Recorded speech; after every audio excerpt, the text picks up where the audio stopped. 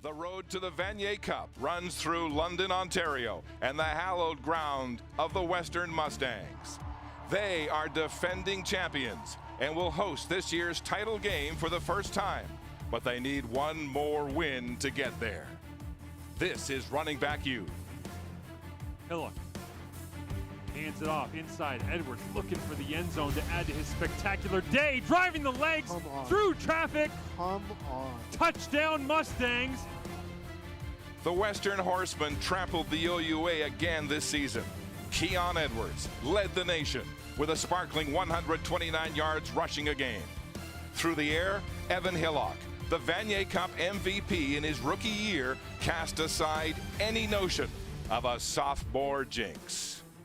Laval quarterback Arnaud Desjardins came of age this season, filling the autumn skies with 20 touchdown passes, #1 in the country.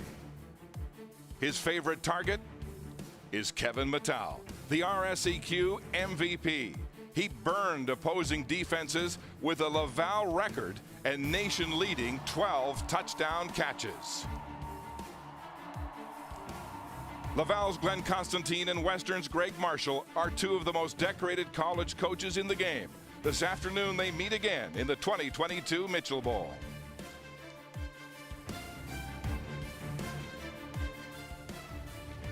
It's the last stop on the way to the Vanier Cup as we go inside the locker rooms. Tensions on a razor trigger right now. The 2022 Mitchell Bowl from Western Alumni Stadium. The Laval Rouge et Or taking on the host Western Mustangs in a matchup of the country's two most dominant college football programs. It's one of the coldest days this November in Southern Ontario. -2 right now, winds gusting to 30 from the south, so it feels more like -10, and flurries in the forecast. Good afternoon, I'm Mark Lee with Deshaun Stevens as the Mustangs have home field here today. They are a team with a Goliath running game that steamrolled the OUA all season. Yeah, the Western Mustangs had the #1 rushing attack in the nation, rushing for 292 rushing yards per game, and doing it with 4 running backs in Keon Edwards, Keanu Yazbek, Edward Winati, and Troy Thompson. Witnessed this game in September against Waterloo.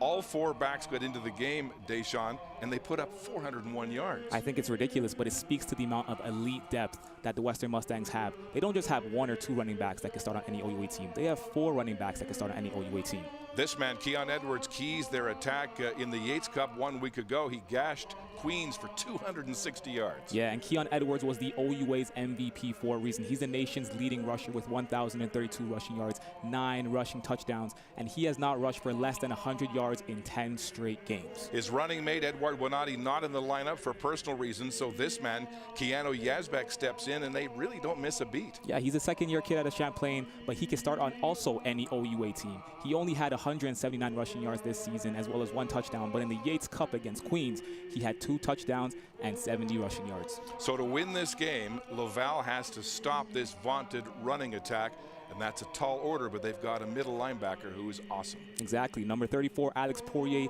He was the RSEQ All-Star. He had 22 total tackles this season, as well as 2 interceptions. He might pound for pound be the best linebacker in U Sports football, but he will need to have the game of his life today to help stop that Western run game if the Laval Rouge et Or want to get to the Vanier Cup. Yeah, he'll have his hands full today, that's for sure. Now, Western has not faced a passing team like Laval all season. The Rouge et Or put the ball in the air for 80% of their plays this year. Yeah, and they're led by their quarterback, number 12, Arnaud Desjardins. He was an RSEQ All-Star. He had 2,555 passing yards, and he led the nation in passing touchdowns with 20. He completes 78% of his passes, and his #1 target, Kevin Mattal. He's showtime.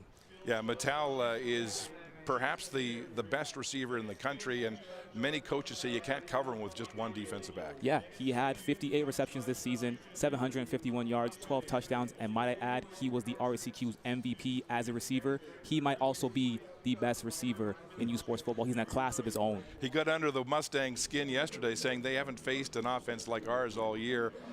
perhaps Daniel Valente Jr. might be a guy who'll have to answer that call at safety. He was the leader in interceptions in the OUA this year with 5. Yeah, and he got drafted by the Ottawa Redblacks in the 2022 CFL draft for a reason. As you said, led the nation in interceptions with 5, but he was also the OUA's Defensive Player of the Year. Look out for him as a key piece to helping stop Kevin Maital and that Rouge or passing attack. I'm really excited about the quarterback matchup here today.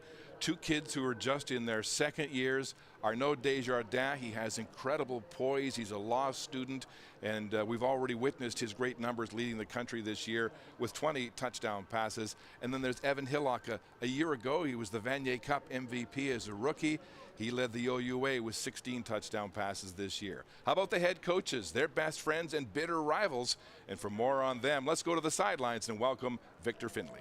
Today's Mitchell Bowl matchup isn't just a showdown of 2 great university football programs, but 2 legendary university football coaches as well. Glenn Constantine, head coach of Laval, against Greg Marshall, head coach of the Western Mustangs. These 2 go back years, both as rivals and friends, all the way back to 1987. And it includes 1 Mitchell Bowl meeting as well between the 2 back in 2003. At the time, Marshall was with McMaster. They fell short to Laval, who would go on to win in the Vanier Cup that season. Glenn Constantine's first as head coach of Laval. Marshall will go separate ways from his program altogether, joining the Hamilton Tiger Cats as their head coach for the next 3 years before returning to Western in 2006, where he's since gone on to encounter Constantine more than a couple times, including back-to-back meetings at the Vanier Cup in 2017 and 18. So here we are again. We'll do it for the 8th time between these 2 coaches again today. Through the first 7 meetings, it's Constantine with the upper hand. He's won 5 of them, 5 wins out of a total of 200 that make him the winningest coach in the history of U Sports football. So a matching of minds, Marshall and Constantine here today, going back to those 2 great back-to-back Vanier Cup confrontations in 2017 when Western was victorious, in 2018 when Constantine turned the tables on Western. This may well be, Deshaun, the game of the year in U Sports football. The Mitchell Bowl featuring the great Laval Rouge et Or, who have won more Vanier Cups than any other school in the nation with 10, and the Mustangs, who might be the hottest team in the country in the last few years, winning 2 of the last 4 Vanier Cups.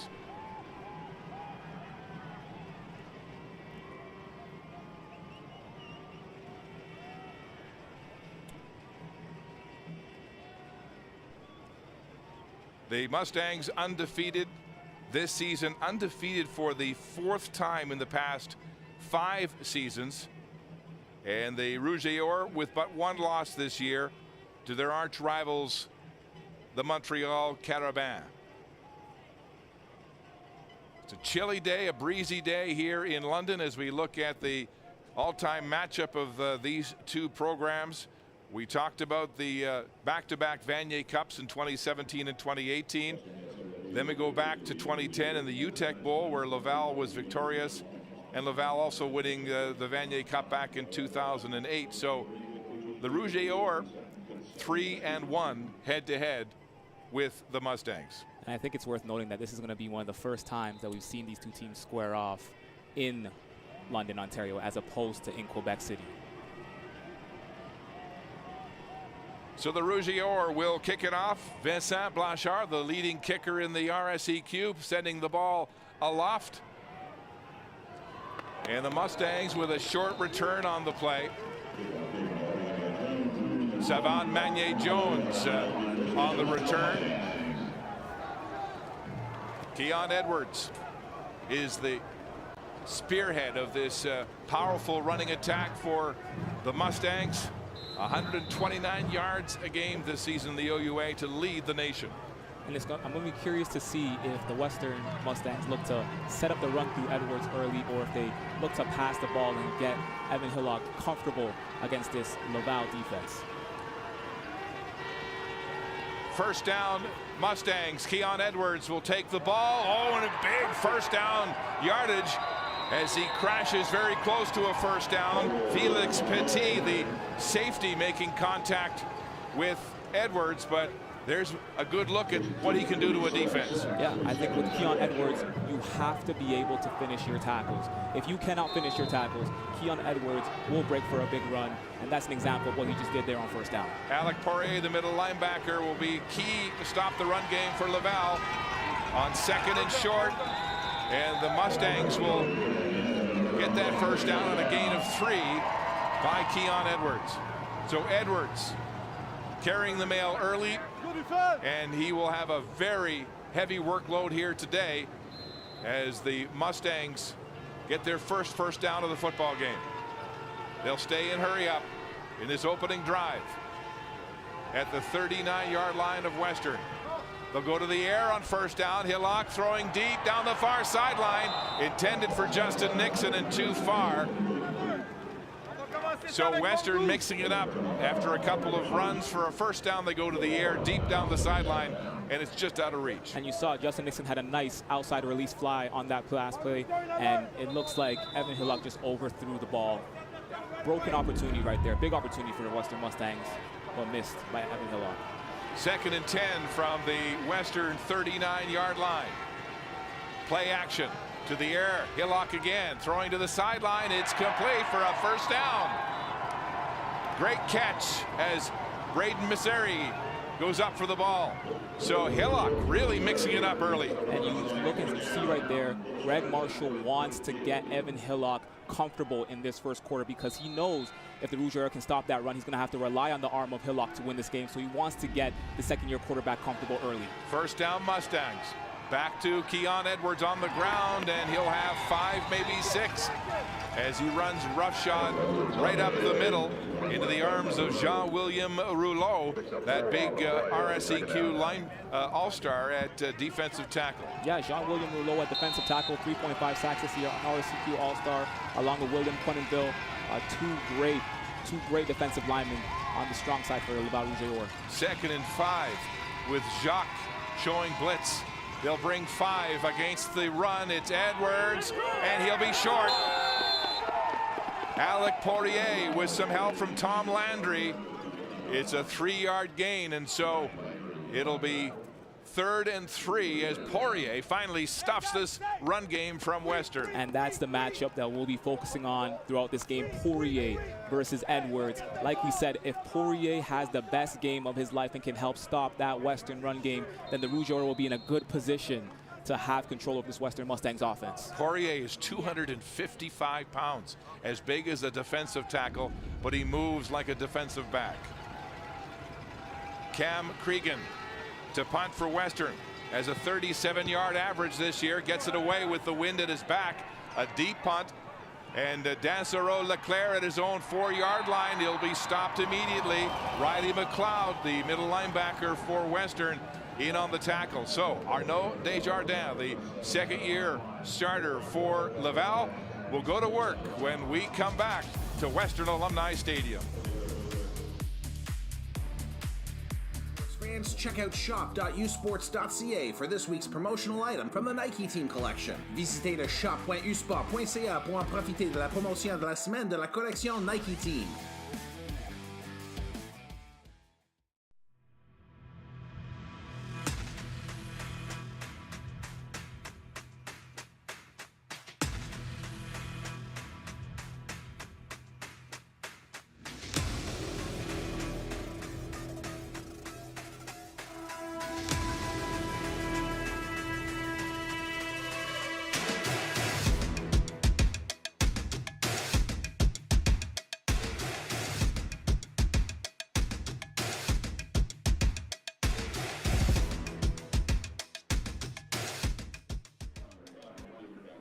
Glenn Constantine and his Rouge Or on the sidelines. Constantine has more wins in U Sports football history than any other coach, 200 and counting.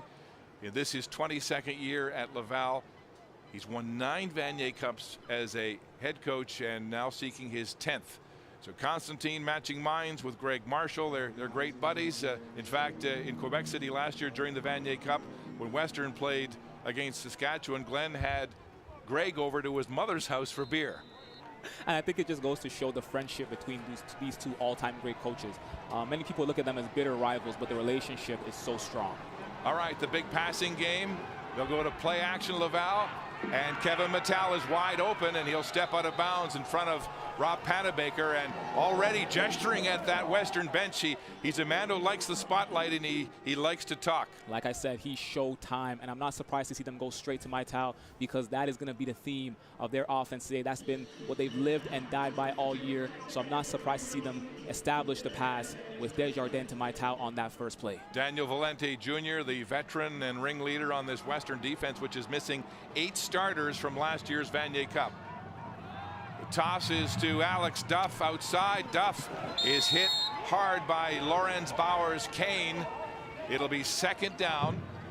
Panabaker, one of the veteran defensive backs alongside Valente in that secondary. You know, Laval this year, their run game was really by committee. They had 3 different running backs rush for over 200 yards to combine for over 1,200 yards. They don't have a true #1 back, but Duff is the starter on their depth chart today. This is a different Laval team than we've seen in past years. It used to be that they pounded the ball. They had those big offensive linemen who all went to the CFL. Second down and 4 for the Rouge et Or. Some hesitation, but it's complete across the middle. Antoine Dansereau-Leclerc has another Rouge et Or first down on the connection with Desjardins. But there's a look at that starting offensive alignment. A big line that gave Desjardins all kinds of protection. He only threw 4 interceptions this year to go with his 20 touchdown passes. But Mattal is, there's nobody else like him, I don't think, in the country right now. Yeah, he has more touchdown receptions than games played in his career. That says enough about who he is as a receiver. Scored all 3 second-half touchdowns for Laval in the Dunsmore Cup in their win 25-24 last week. Duff carrying on first down, and Bowers-Kane again sticks his nose in there for Western to make the tackle. So Duff, the lead running back here today, has a gain of 3 for the Rouge et Or.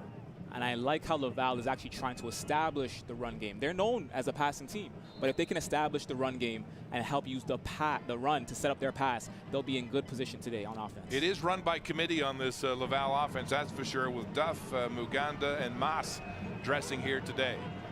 Second down and about 6. Passing again, and it's caught by Frederic Antoine, who has a 12-yard gain and a first down. Antoine coming back to Laval this year after 3 years in the NCAA at Old Dominion. Yeah, and we talked a little bit about him before the game. He was actually a receiver that experienced 2 ACL injuries while at Old Dominion. He wasn't fully healthy this season, finally caught health over the first couple weeks of the playoffs, and might have a big impact in this game today. Western secondary giving the Laval receivers a lot of respect in the early going.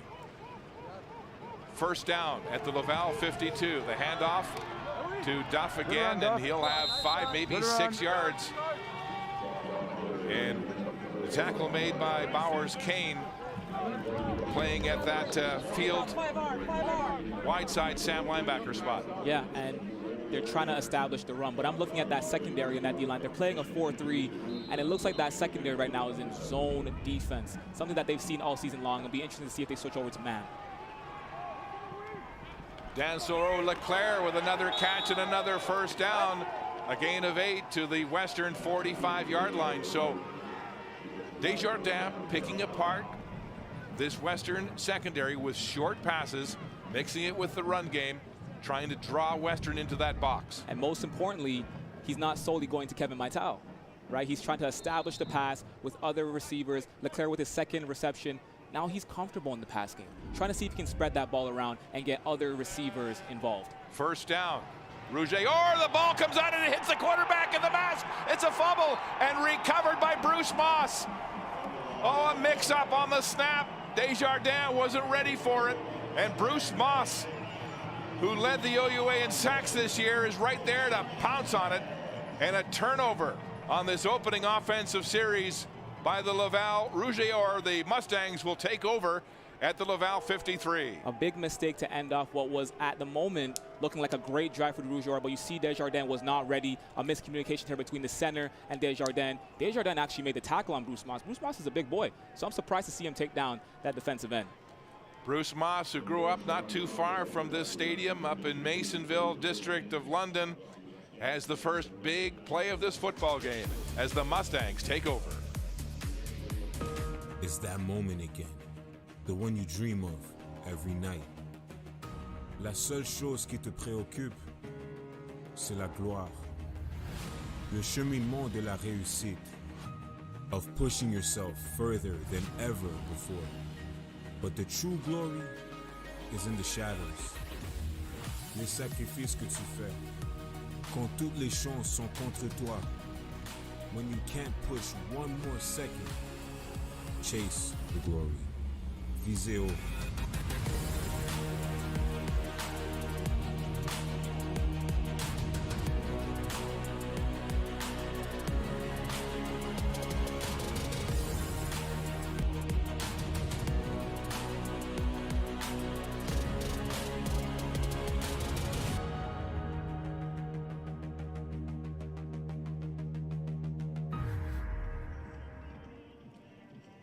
Not much rattles this man, Arnaud Desjardins, the Laval quarterback, but he was clearly caught off guard on that early shotgun that hit him in the face mask and bounced right into Bruce Moss's hand. So we'll see how Laval recovers from this, and we'll see if Western can take advantage of the game's first turnover. First down at the 53. Western at the 53-yard line of the Rouge et Or. This big offense with 10 returning starters from the Vanier Cup championship team 1 year ago, including their sophomore quarterback, Evan Hillock. He'll hand off to Keon Edwards. Edwards breaking a tackle, and he'll skid upfield for 5 on that play. Make it 2nd and 5 Western. Not surprised to see them hand the ball off to Keon Edwards. What I wonder is how much snaps he'll take today with him being the sole back along with Keanu Yazbek.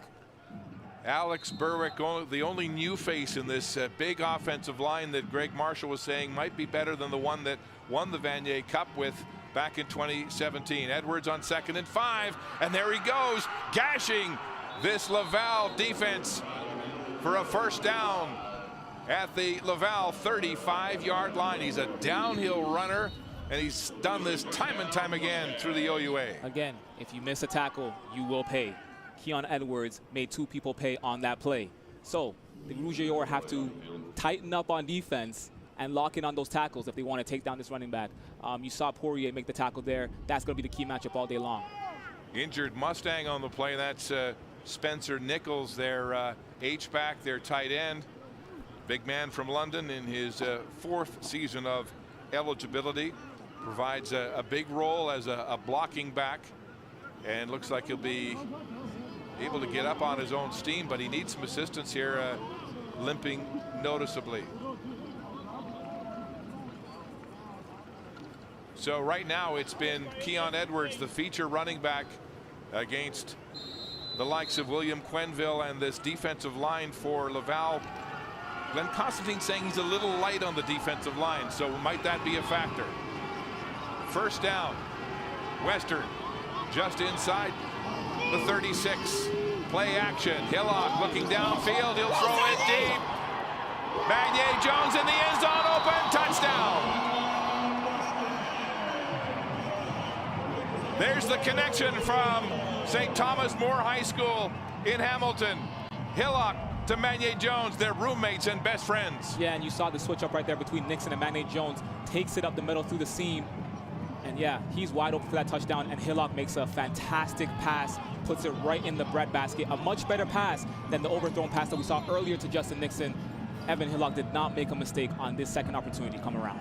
Anton Hay, who had a big game last week in the Dunsmore Cup with an interception and 8 tackles, was absolutely burned on that play as Brian Garrity puts the extra point through the uprights, and the Mustangs make the Rouge et Or pay. A touchdown pass from Hillock to Vanier Jones to convert on that first turnover. Vanier Jones led the OUA with 9 through the air this year, and he leads the scoring here today.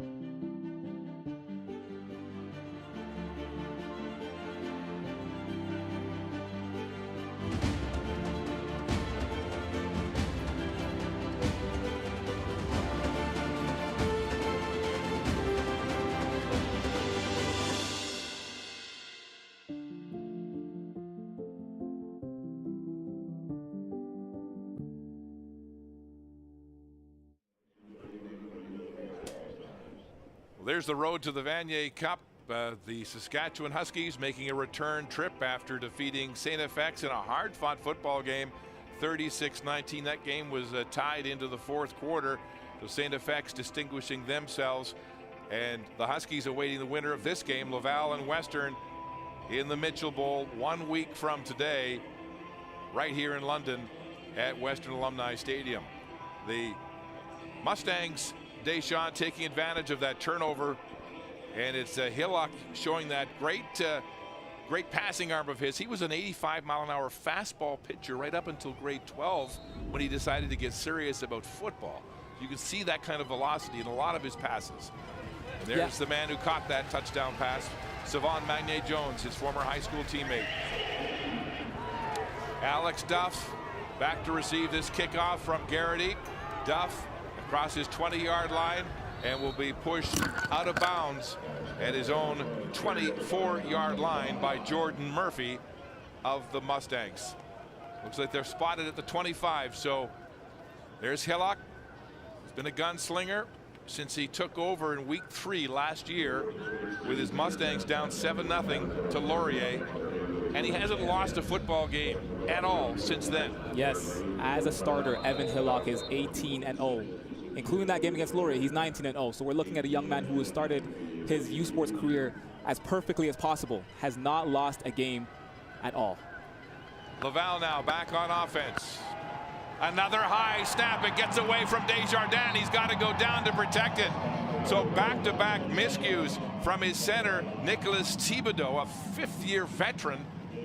And right away, the quarterback has got to be concerned about confidence in that center. Yeah, you got a miscommunication on the snap on the last drive that led to the turnover from Bruce Moss, and then you got a high snap right here that almost resulted in a detrimental turnover. There's a little bit of uncertainty there with that center. Let's see if he can settle in. Muganda, the big power back, takes the ball at full speed ahead. Bowers Kane makes the tackle with a gain of 13 for Kalenga Muganda. He's 2nd and 12 after that big 15-yard loss. And they're already starting from behind after that fumble. Handed off to Muganda, gain some yardage. Not surprised to see that. Get back to the line of scrimmage and see if they can regain control of this drive and get back in this football game. So a 3rd and 12 situation will force the Rouge et Or to punt. And Lawrence Powers Kane has had a big role early going against the Laval run. Magnier-Jones is back to return along with Braden Masseri. Blanchard kicking from his own 15 into the wind. It's a short punt, a flag on the play. Masseri returning it for Western, but this will for sure be a no yards call. They'll tack 15 yards onto this, and again, the Mustangs will have incredible field position. Yeah, and I think the last thing you want to do against the Western Mustangs is let them start a drive on offense with great field position. So right now, the Laval Rouge et Or defense is already going to start with 40 yards to work with. Let's see if they could settle in, maybe stop that run.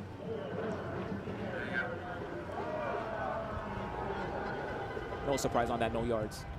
So a 13-yard return and a 15-yard penalty. That's a 28-yard swing.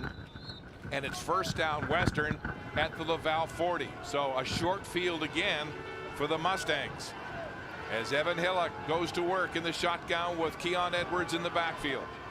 Hillock hands off to Edwards. Edwards is stuffed, and Poirier makes the tackle at middle linebacker for the Rouge et Or, the 255-pound RSEQ All-Star. Poirier and Thomas Landry were right there waiting for Keon Edwards. They came through the A-gap. They were ready for the OUA MVP, and they stopped him immediately, shutting down that run. That's what they need to do if they want to have a chance at winning this game. 2nd and 8, play action. Magnay Jones on the bubble screen, and he's surrounded and taken down by Antoine Hay for little or no gain on the play. So it's 3rd and 8, and the Mustangs will punt. The ball on the 38. No, maybe they're going to send their field goal unit out. This will be about a 45-yard attempt. You see the screen pass right there to Savon Magnay Jones, and Hay is right there to shut that down. There were 3 players in Rouge et Or helmets right there ready to shut that down. Great defensive stand by Laval. So the Mustangs will attempt this field goal from the right hash at the 45-yard line of the Rouge et Or. Brian Garrity's longest this year from 49. He has the wind at his back.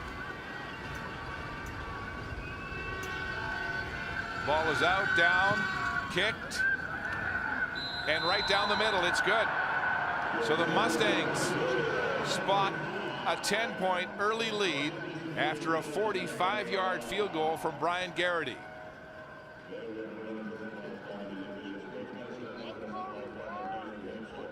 Keon Edwards has carried the load in the early going for this Western offense, which has been a mix of pass and run in the early going. But a look at his season, 129 yards per game.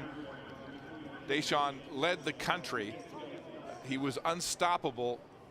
And in that Queens game, he put up 190 for 3 touchdowns against maybe the other best defense in the country. Yeah, and as you could see, he's only getting better. He just came off his best rushing performance of the season last week in the Yates Cup, rushing for 260 yards. So it seems like Keon Edwards only gets better as the season goes on. Back-to-back OUA MVP selections for Keon Edwards as he gets some attention on the Western sideline.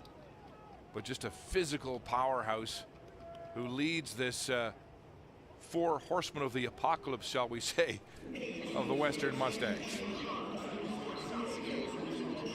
It's rare you'll ever see a run game with 4 running backs that are just so elite. I love to call it elite depth. All 4 of these running backs can start on any OUA team, any U Sports team if they wanted to. But they're all here on the same team, on the same offense, and they're all doing damage. And following in the footsteps of Cedric Joseph and Alex Taylor and Trey Humes, we can go on and on. These running backs come to Western willing to put in their time on the scout team and wait for their chance to shine. But when they get in, they play behind the best offensive blocking in the country. Look at their offense and defensive prowess here this season. I mean, 45 points a game was their average, total of 360 to lead the country. Number 1 on the ground at 192 yards. But 4,106 yards offense this year. High snap again. This is unbelievable. And no, he can't find it. It's recovered by Bowers. Kane for a touchdown. Desjardins couldn't scoop it up.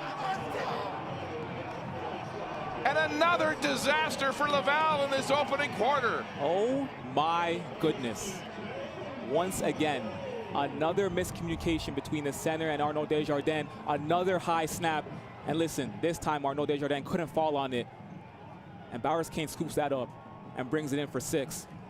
This is not the start that Glenn Constantine was hoping for in this Mitchell Bowl matchup. This is not the way you want to start against the defending national champions. 3 consecutive high snaps.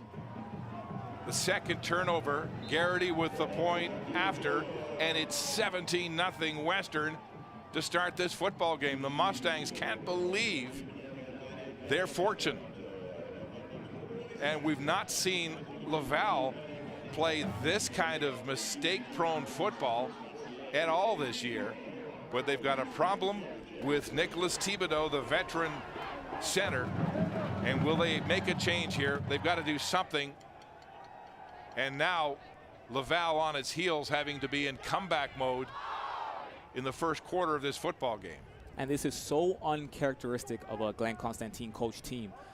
This is the Laval Rouge et Or, typically one of the most well put together and you know, teams that you could find. You'll never see them making these type of mental errors. So I'm pretty shocked to see this type of start from any team coached by Glenn Constantine. The Mustang horses galloping, celebrating a second touchdown. There's the center, Thibodeau, who has botched 3 straight shotgun snaps. Garrity with the kickoff. Duff at his own goal line for Laval. Heading up the hash marks.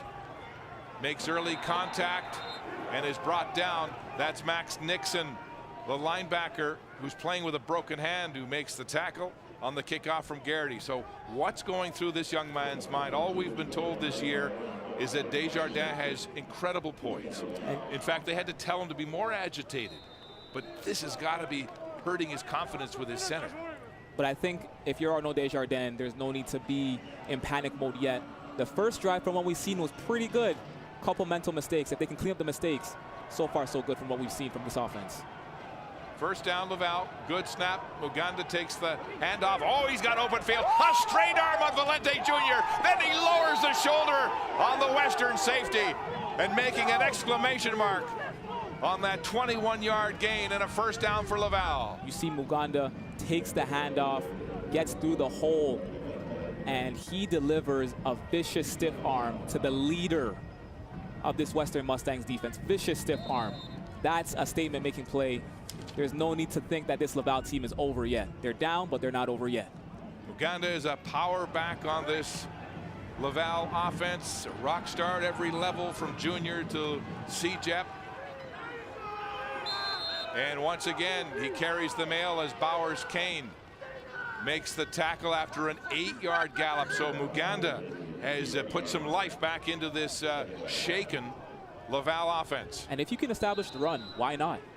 Why not? Thibodeau stays at center. Muganda gets the handoff. He'll have 6 and another first down as Bruce Moss makes the tackle for Western. But Laval trying to settle their nerves, staying on the ground, getting some better snaps from Nicolas Thibodeau. But down by 17 early to a team that loves to front run. The Mustangs are a team that gets up early, then they grind you. First and 10 from the Western 54, a flag on the play. Looked like there may have been movement on the offensive line. 61. Nathaniel Dumoulin-Duguay, the second-year man who had that huge tackle in the final play of the game last week. That missed field goal in the Dunsmore Cup to seal the victory. So it'll be a 5-yard penalty. First and 15. Another mental error. Muganda stays into the backfield. High snap. Mattal takes the jet sweep. Kevin Mattal will have a gain of 5. He'll get back to the original line of scrimmage, and that's one thing we'll see with Kevin Mattal. They move him all over the place. Yeah, Kevin Mattal, he's arguably one of the most talented skill players in the country, and that just gives you a glimpse of how talented he is. He's a gadget player. You can put him anywhere. You can put him in the slot. You can put him at wideout. You can bring him in on a jet sweep. And I'm not surprised to see them turn to Kevin Mattal when they face a little bit of adversity. Gets the first down there. So Nicholas Gay has moved from guard to center after those bad snaps. And he's functioning a lot better. There's Desjardins with an arrow right up the middle, and that'll be a first down catch by Edouard Arsenault. The first pass we've seen from Desjardins in a while.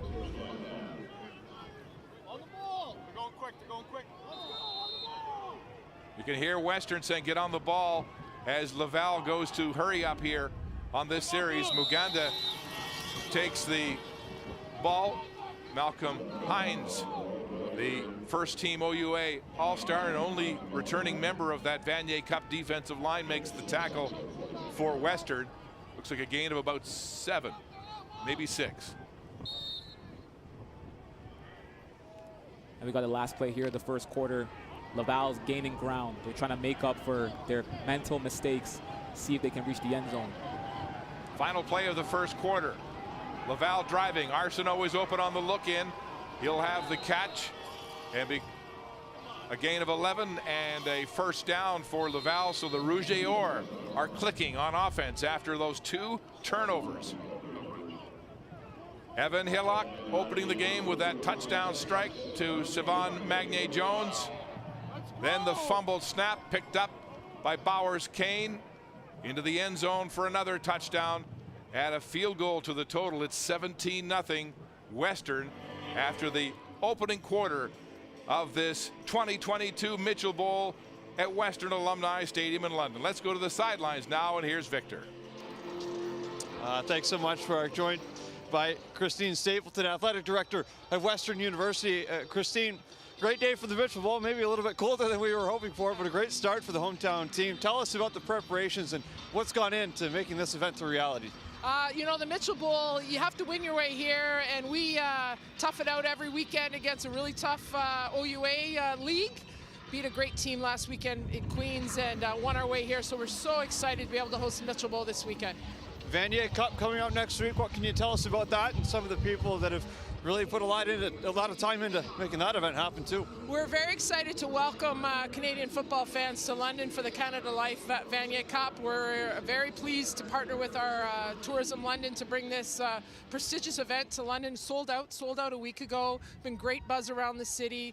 Excited to get all the football fans, Football Ontario coming by. So we're really, really excited about hosting this prestigious national championship next weekend here at Western.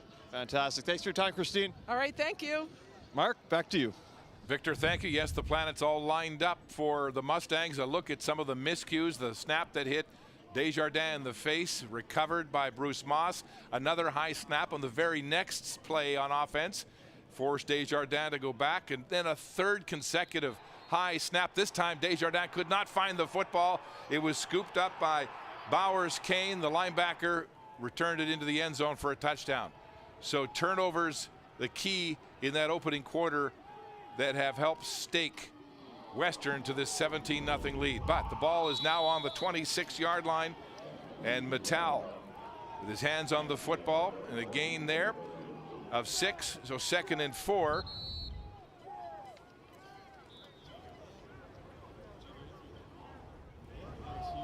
So they go to play action, a little look into Mattel, and they'll actually spot the ball with a 7-yard pickup. So the ball inside the 20, 2nd and 3. But Mattel in a state of art and in a class by himself this year among receivers in the U Sports Football Conference. And I think if you look at just the fact that he was the MVP of a conference that has so many talented players. You talk about Arnaud Desjardins, you talk about Bertrand Beaulieu from Montreal, you talk about Jonathan Senecal, the quarterback from Montreal. The fact that Kevin Mattel as a receiver was able to stand out amongst all of those talented athletes said so much about how he is as a football player and his ceiling as a receiver. 2nd and 3, Laval at the Western 19. They'll throw. Looking downfield.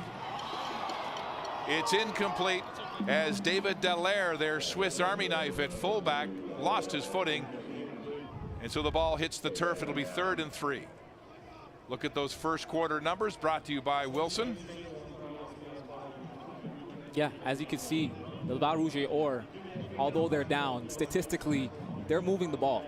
They've been able to hand the ball off and establish the running game. They're establishing the passing game with Mattel and Antoine, so they're able to move the ball. It's just those mental errors that have made this game so far, made it a 17-point game.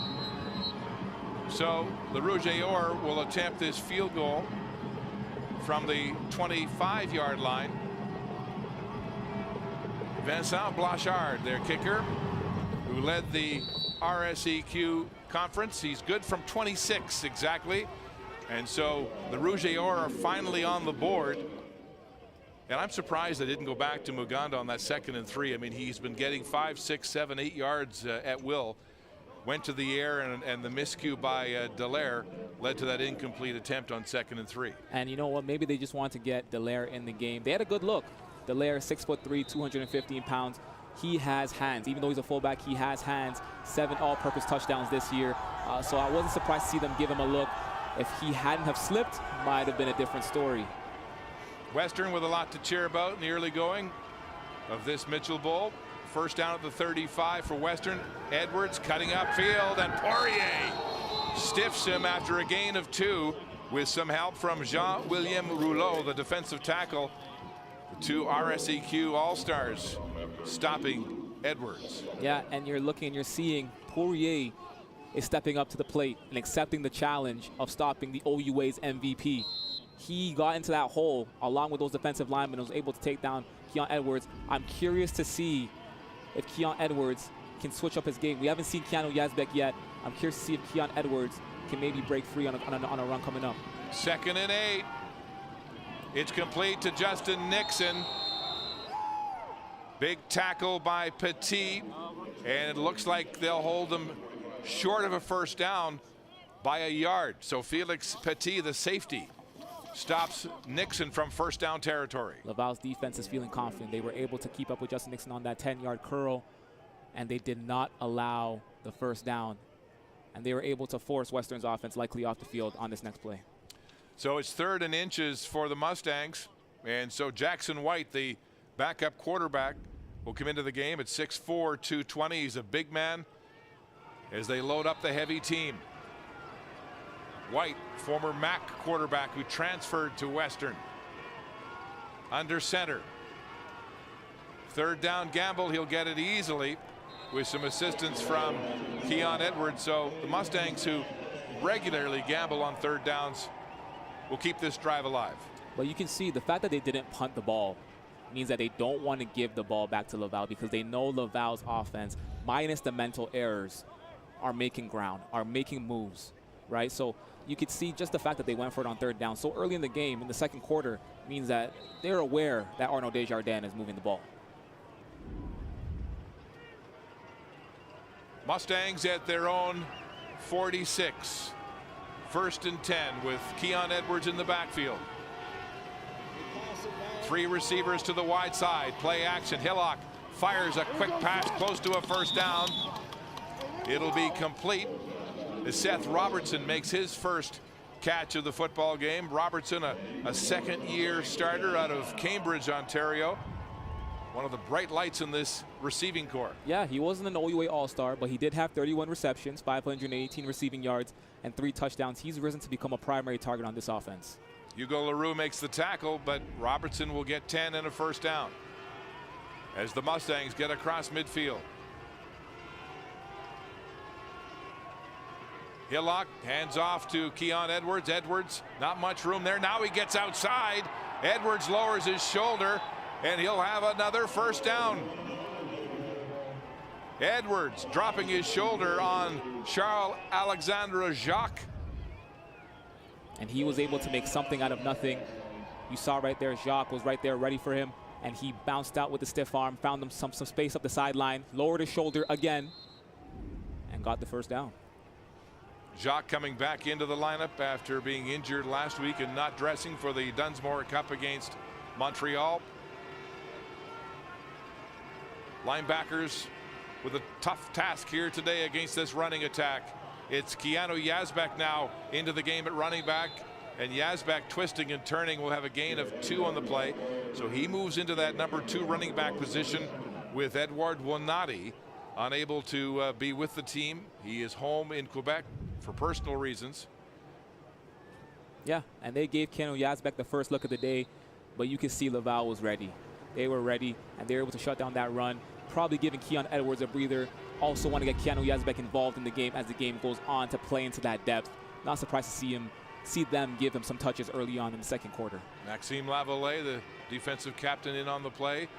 2nd and 8. Edwards takes the ball, slides outside, and he'll be chipped a little short, about a yard shy of the 3rd down, and Lavallee in again on the play.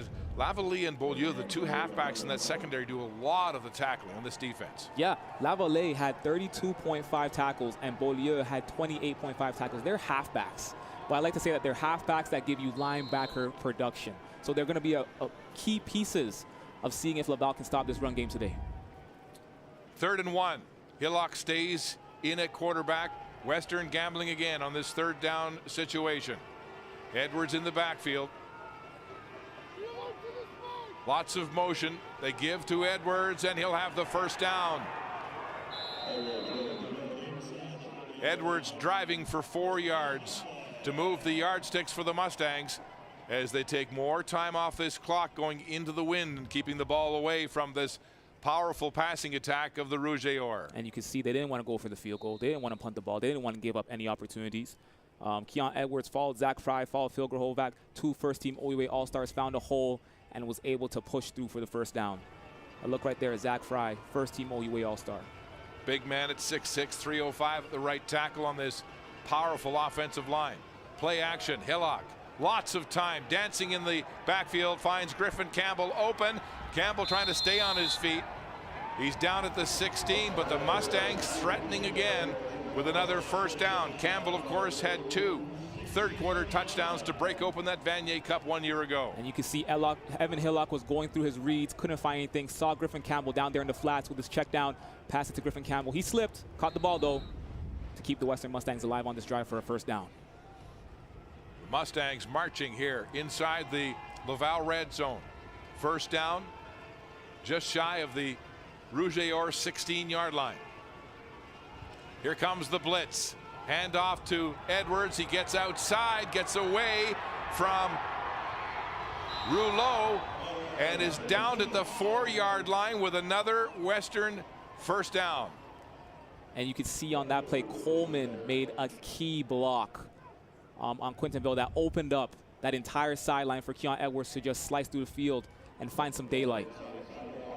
Coleman with that key block right there. Takes his hands off, shows it wasn't holding, and lets Keon Edwards do his thing. Landry makes the tackle, but the Mustangs threatening to run it up again. First down at the 4-yard line as Edwards stays in at running back. Magnate Jones in the backfield motioning to the short side. They'll hand off to Keon Edwards. Edwards diving hard and takes a punishing tackle. Looked like Poirier got a good piece of him, but he'll get to the 1-yard line, just short of the goal line. Not surprised to see that. Keon Edwards is your #1 back. You're in the red zone. You're threatening. You're essentially on the 2-yard line. You got to hand it off to the OUA MVP, but Poirier is right there. You can see he has Keon Edwards' number, and he's ready to meet him in the hole. He's waiting for him. Look at him right there. Waiting for him in the hole, makes the tackle. They'll mark him back at the 2. Jackson White comes into the game on 2nd and goal from the 2-yard line. Heavy front in this powerhouse offensive line. 3-man backfield. White hands off. Edwards stops short. Poirier again, first man in on contact. And so it's 3rd and goal, Mustangs. Poirier got to him immediately. You can see he's right there. He is lined up with Keon Edwards. Jackson White snaps that ball, and Poirier finds a hole, gets to him immediately, and trips him up. That is a pivotal play right there. Small touch, but trips him up. Mustangs lose a yard on the play as William Desgagnés gets in to help out with Poirier. So it's 3rd and goal from the 3-yard line. Play clock down to 5 seconds, 4 seconds, 2. And so the play clock has run out. There'll be a flag for delay of game against Western, and Jackson White will head back to the sideline, and the Mustangs will attempt a field goal as Brian Garrity heads out onto the field. And you can see they were thinking about going for it on 3rd down, and that just goes to show that they are aware that Laval is still very much in this game. They do not want to give up any opportunity to score a maximum amount of points. If they feel like they can get 7 or 6, they'll go and get 7 or 6. Seth Robertson will hold on this 15-yard field goal attempt by Brian Garrity. Already good from 26 in this football game. It's blocked. The Rouge et Or stuff it.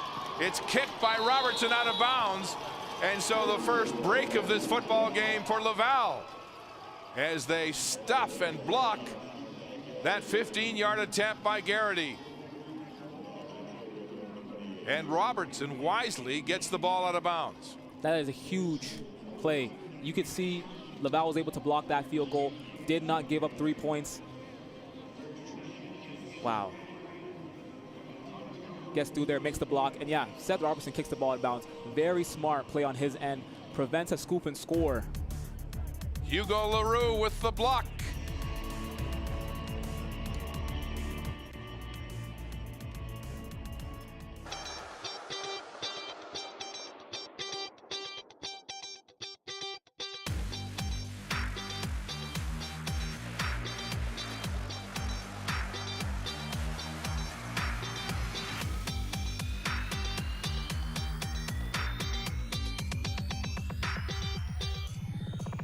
rockin' steady.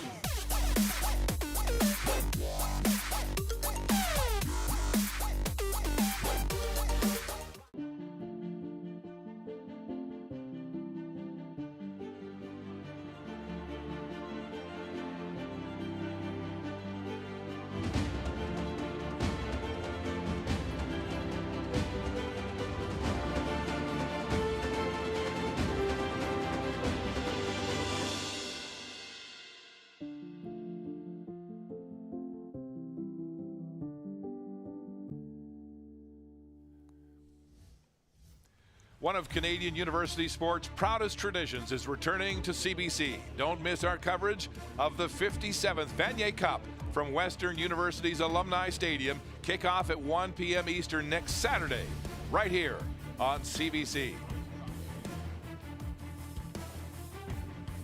The Rouge et Or will take over on offense at their own 28 after that blocked field goal by Hugo Leroux. 5:39 and counting till halftime, and the Rouge et Or with some urgency here. Play action.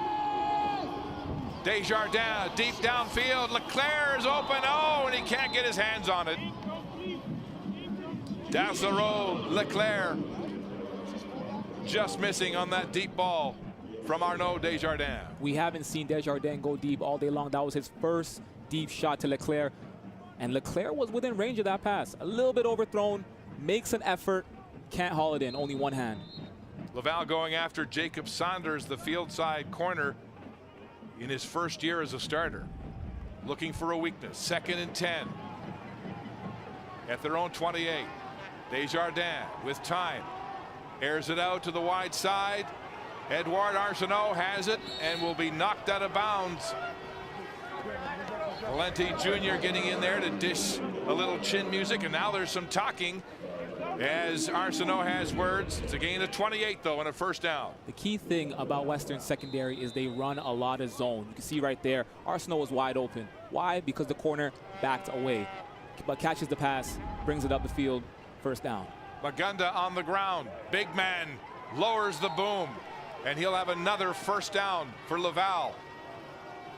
Jackson Finley, the boundary halfback, making the tackle for Western.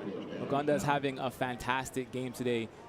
He's playing to the par of Keon Edwards, which is something we didn't see all season long from any Laval Rouge et Or running back. First down at the Western 43. Magunda stays in at running back. Play action. Desjardins airs it out. Check down route to Magunda, and Magunda is piled up by Max von Muhldorfer, the second-year starter for Western, and they'll have another first down. On that last play, Arnaud Desjardins stared down Kevin Mattel and saw he was covered, went to his check down, but they're looking for Mattel down the stretch in the second quarter.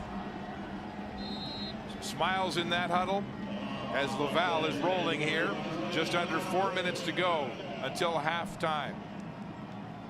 Ball at the Western 32, first down. Rouge et Or trying to come back from some terrible turnovers and miscues. Muganda again gets through that defensive line of Westerns, and a gain of 8. 2nd and 2. We talked about that defensive line. Only Malcolm Hines is back from last year's defensive line that featured the likes of Nick Theriault and Deontay Knight. Yeah, and you're seeing it today. Laval has not run the ball like this all season. They've been a pass-first identity team, but it seems like today they've taken on the identity of a running team. You still see that poise from Desjardins despite those 3 high snaps. He's not easily rattled. 2nd and 2. Muganda into traffic, driving, and it looks like he's going to be short. Riley McLeod sticking his nose in there with some support from Findlay, and they'll be just short of the first down. Riley McLeod, second team OUA All-Star, had 2.5 sacks this year. One of their go-to linebackers, really pivotal in helping stop the run. 3rd down by the length of the football for Laval, driving as we hit the 3-minute warning at Western Alumni Stadium. Hey, U Sports fans, check out shop.usports.ca for this week's promotional item from the Nike Team Collection. Visitez le shop.usport.ca pour en profiter de la promotion de la semaine de la collection Nike Team.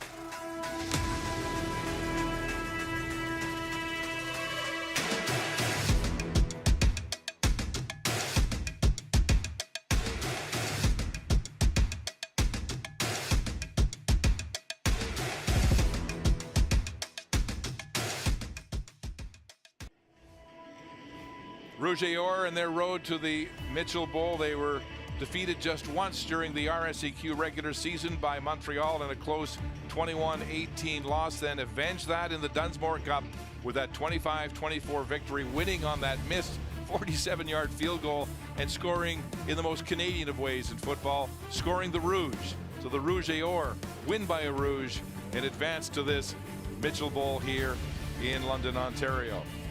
Now it's third in the length of a football for Laval, and David Dallaire has come into the game. So you see this quite often this season. So 39 Dallaire goes in at Wildcat, the fullback. He'll take the snap and he has the first down. Dallaire is what Glenn Constantine calls his Swiss Army knife. He holds on point afters. He goes in Wildcat like this with the quarterback Desjardins also on the field. He's a great receiver. Yeah, David Dallaire might be he might be the best all-around football player that we'll see today. Like you said, he's a fullback. He can line up in the backfield and dish out blocks. He has hands. He can catch passes. He holds on field goals. He can long snap. He played linebacker when he was in CGF. He can do it all, if you ask me. Still at Wildcat. Desjardins slot back. Oh no, Dallaire fumbles with the football and then manages to get his hands back on it before Brendan Murphy makes the tackle. So that's the fourth botched snap for this Laval offense and a loss of 5. So it'll be 2nd and 15. Again, uncharacteristic of a Glenn Constantine coach team. It looked like he was going to throw a pass. He looked like he was ready. He had both hands on it, slipped out of his hands. He had the end of the football looking up just before he made sure of contact right there and managed to get back on it. But it's 2nd now and 17. Desjardins against a 3-man rush, throwing downfield into traffic, incomplete. Looking for Kevin Mattel, but no chance on that attempt, and so it'll be 3rd down. And he had time on that pass. He had a lot of time to go through his reads. I'm surprised to see he still forced it to Mattel, even though Mattel was essentially in triple coverage. Mattel and Gaillardets were both in the vicinity, so 3rd down and 17, and a touchdown opportunity to try to draw to within 7 goes awry. And Brendan Murphy is the injured Mustang, their veteran will linebacker, a man who has wreaked havoc this season with his blitzes. 2nd with 3.5 sacks this year, behind Bruce Moss, who led with 6.5. But that's a big loss if it's serious for the Mustangs.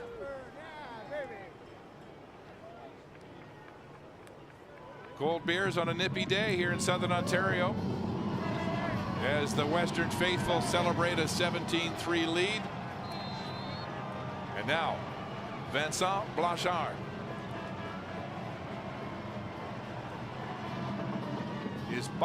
His kick is up and wide right, and it goes out of touch for a Rouge.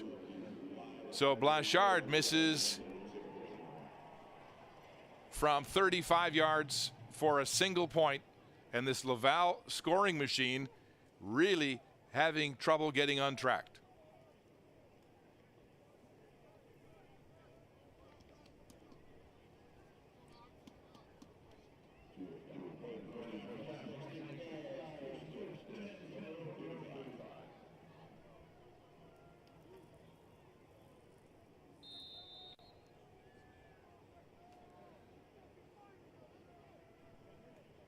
So Blanchard wide for a single. Make it 17-4 Western with 2:05 to play until the half as they take over at their own 35. Keon Edwards in the backfield with Evan Hillock. 3 to the wide side. Hillock looking down the middle. Incomplete, nearly intercepted, in and out of the hands of Seth Robertson. And Laval got a piece of that. Make it 2nd and 10.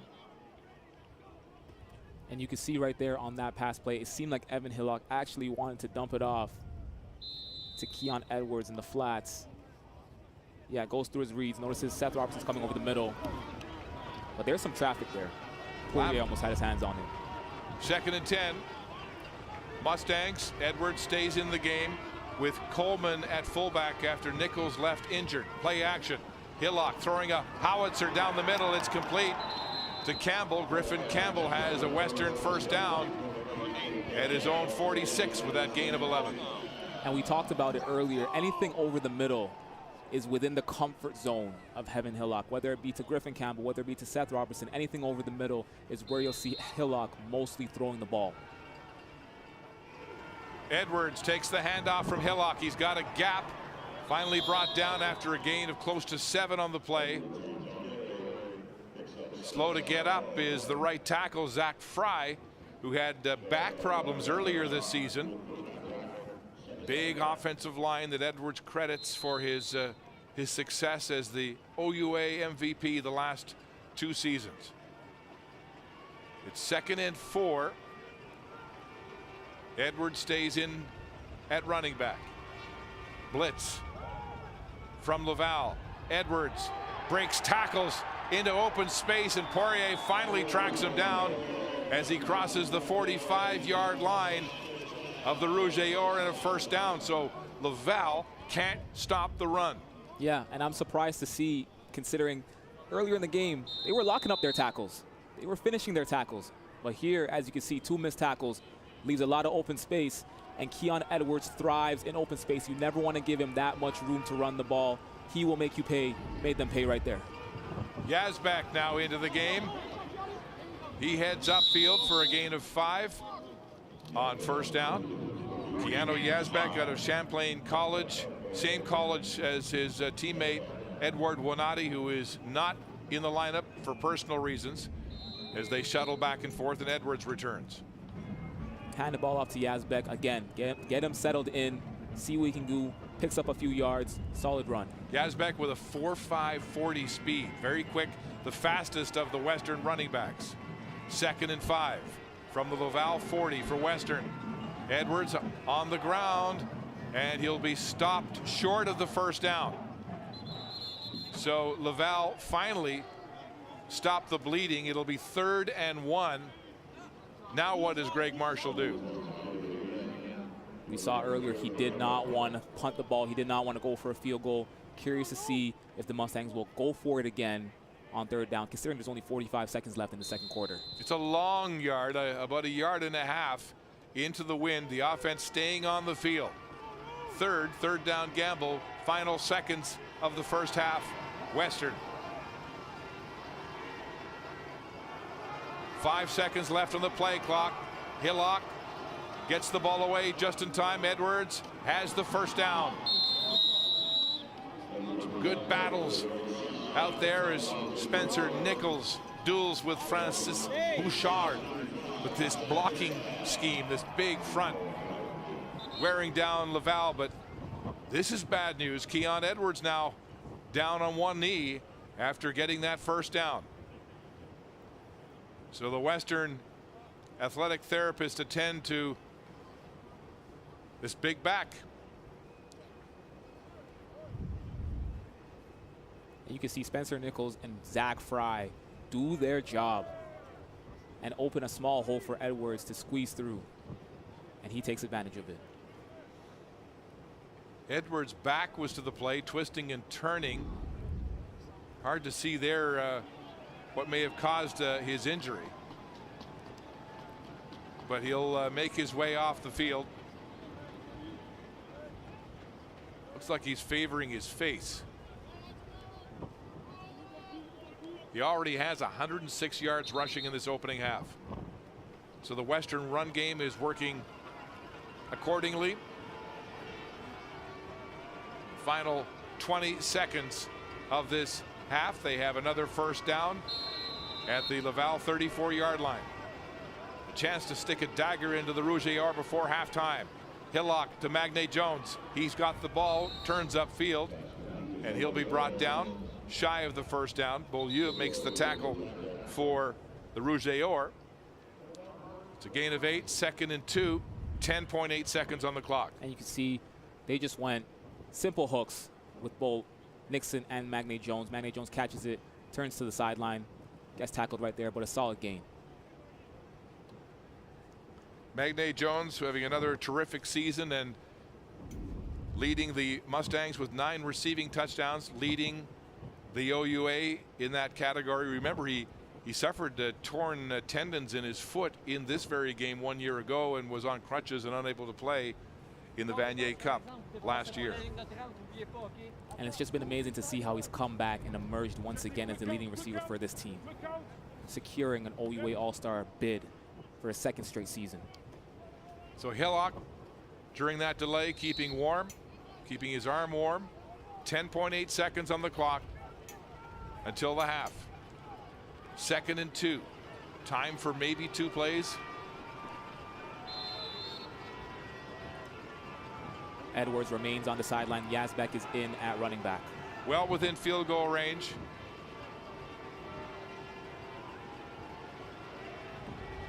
Play action. Hillock looking to the end zone. Magne Jones open. Incomplete. Ball was short into the wind. And they went for a shot. They went for a shot.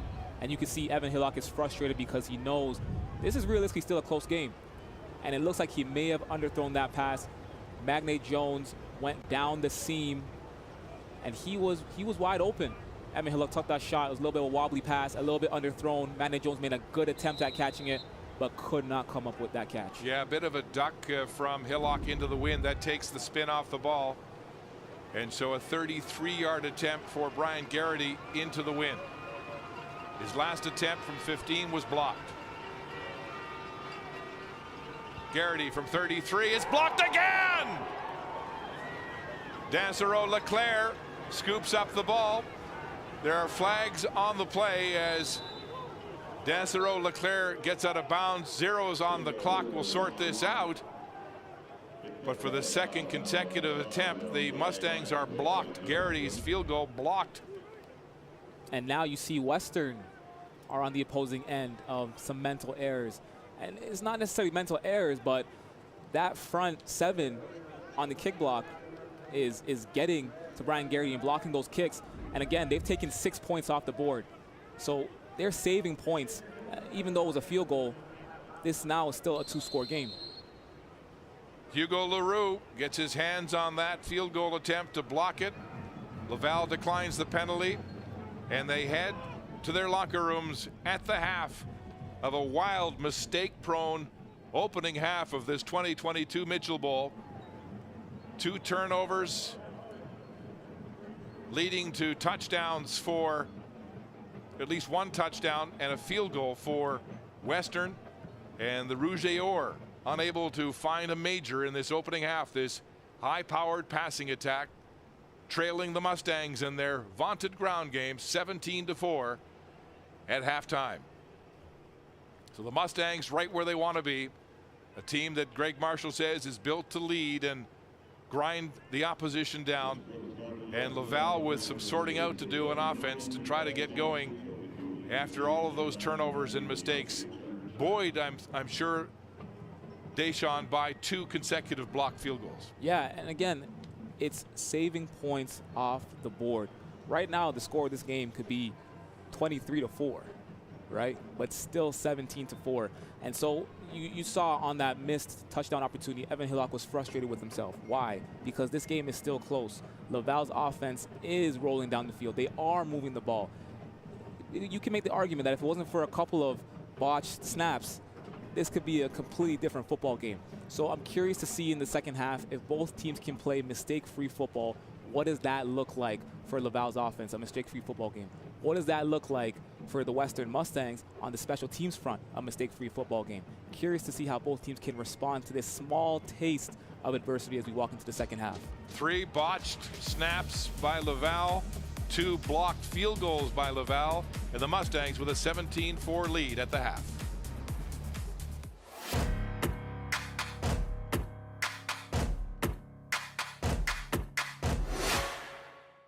The 2022 Mitchell Bowl on CBC is brought to you in part by Nike Team, Just Do It. Veriburn Medical Supply, proud to meet U Sports medical supply needs. Baron Rings, official championship rings of U Sports.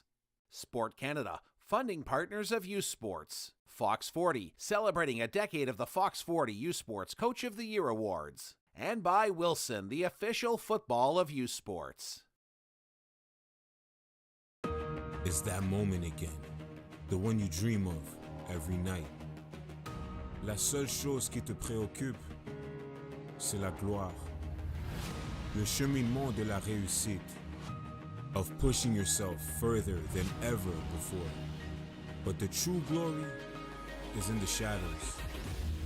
Les sacrifices que tu fais, quand toutes les chances sont contre toi.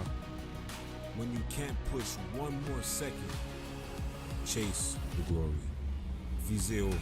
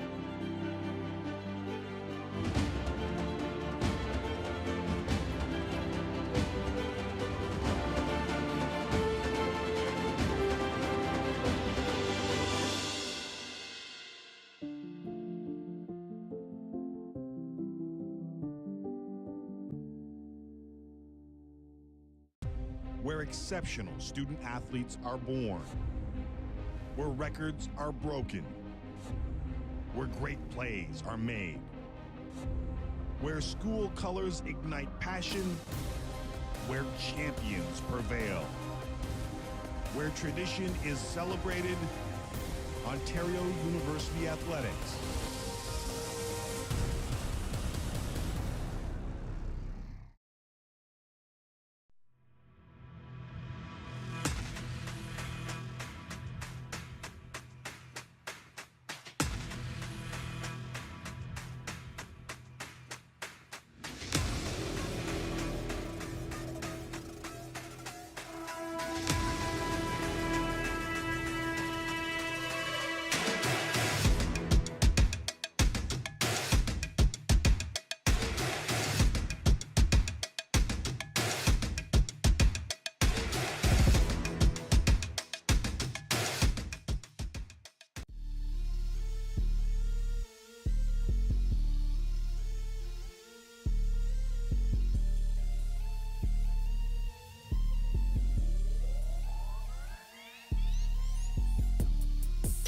As we head to London, Ontario, the number 1 seeded Western Mustangs are here to show why they have the top offense in Canada. When you think of head coach Greg Marshall, you think of winning. The former Heck Creighton winner and 3-time Coach of the Year has brought the same level of success to the ground game as a coach as when he was a player. Led by a 2 running back committee of Keon Edwards and Keanu Yazbek, they combined for 340 yards and 3 touchdowns during the Yates Cup last weekend. The Mustangs look to pound the rock through the Rouge et Or defense and keep their undefeated streak alive. As for the Rouge et Or, they're no slouch when it comes to success in youth sports football. Led by head coach Glenn Constantin, Laval has won 9 Vanier Cups under his tutelage and haven't missed an RSEQ final since 2002. Where Western is good on the ground, Laval is just as good through the air. Finishing first in passing touchdowns and second in passing yards makes them a tough team to take down in Canadian university football. Arnaud Desjardins has looked comfortable and amazing behind the giant offensive line, throwing for 319 yards per game and finishing with 20 touchdowns. This game could be a high-scoring affair and bring a lot of excitement to the fans in London. The big question is, which defense will be the difference? In 2022, Laval allowed the second fewest points per game at 14, while allowing the third fewest rushing yards per game at 87.4. Considering Western's vaunted ground attack, averaging 234 yards per game, the Rouge et Or defense will have to play well against the run, maybe the best it's played all season long. For the Mustangs, they finished slightly behind Laval in points against per game at 14.4. The key factor for the Mustangs is that they do not give up a lot of yards by the air, averaging only 164.3 yards against by the pass. Corners have been the lockdown defenders for the Mustangs and need to stay strong in order to manage Desjardins. The second half kicks off shortly. One team will go home, the other will hoist the Mitchell Bowl and be on their way to the 2022 Canada Life Vanier Cup, where they look to write their names in history.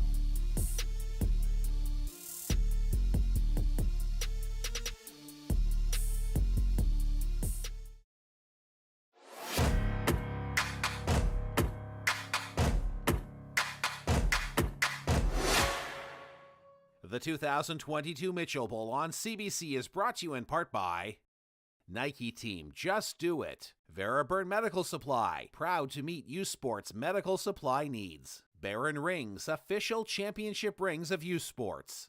Sport Canada, funding partners of youth sports. Fox 40, celebrating a decade of the Fox 40 Youth Sports Coach of the Year Awards. And by Wilson, the official football of youth sports.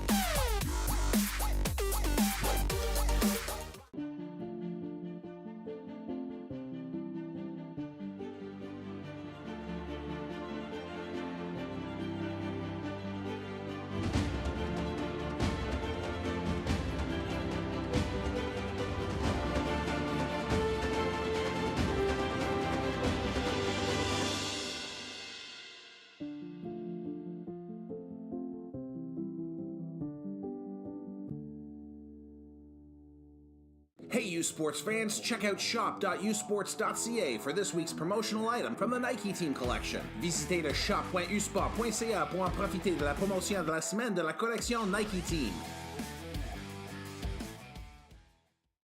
This season, catch the best in Atlantic University sport excitement at home or on the go with AUS TV. Soccer, rugby, football, volleyball, hockey, basketball, and more. Tune in at AUSTV.ca. All your favorite university teams showcasing their talents in one place. AUS TV, powered by Bell Alliant. They bring it to the court. They bring it to the field. They bring it to the ice. And now they bring it to you. Presented by Subway, the official fuel of Atlantic University sport. We're at the half of the 2022 Mitchell Bowl in London, Ontario, where the hometown Mustangs have a 17-4 lead over the Laval Rouge et Or. Let's go to the sidelines now, and here's Victor Findlay with a special guest. Thanks very much, Mark. Yes, when we first had the Mitchell Bowl in 2002, it was named after Douglas Mitchell, former CFL commissioner and Canadian Football Hall of Famer, and I'm thrilled to be joined now by one of his children, Steve Mitchell. Steve, great to have a family presence here at the Mitchell Bowl again this year. You were out there for the coin toss to get things started. What was that experience like, and what's it like just to be back at this event? Oh, it's great. Every time, it's a great job by U Sports putting this on. Phenomenal, great time with the people here. Couldn't have been better. Lots of family and friends watching it. Great to be here representing my dad and the rest of the family. mentioned off the top there, this bowl is named after your dad. What does it mean to the family to have his name live on with the Mitchell Bowl? Oh, it's great. My family's always been involved with sports, amateur athletics, with the university, whether it's football, it doesn't matter what it is. Huge supporter of amateur athletics, our family, for a long time. Right, of course, your mom as well. So the youth sports athletes of the year, the male and female, are both, the award for that's both named after your mom and your dad. So in particular, university athletics, what role has that played in your family over the years? Oh, it's been huge. Always supported. It doesn't matter what it was. As kids, we went to all the university games we could, what school it was. Big support from the family and a lot of our friends too. Excellent. Thanks so much for your time, Steve. Appreciate it. And stay warm and enjoy the rest of it. My pleasure. Appreciate it. Take care. All right. Thanks, Steve. Once again, Steve Mitchell. Mark? Vic, thanks very much. Daylight beginning to fade here in southern Ontario. Rouge et Or have got some things to figure out, but they're still in this football game at halftime. It's that moment again, the one you dream of every night. La seule chose qui te préoccupe, c'est la gloire. Le cheminement de la réussite, of pushing yourself further than ever before. But the true glory is in the shadows. Les sacrifices que tu fais, quand toutes les chances sont contre toi. When you can't push one more second, chase the glory. Visez haut.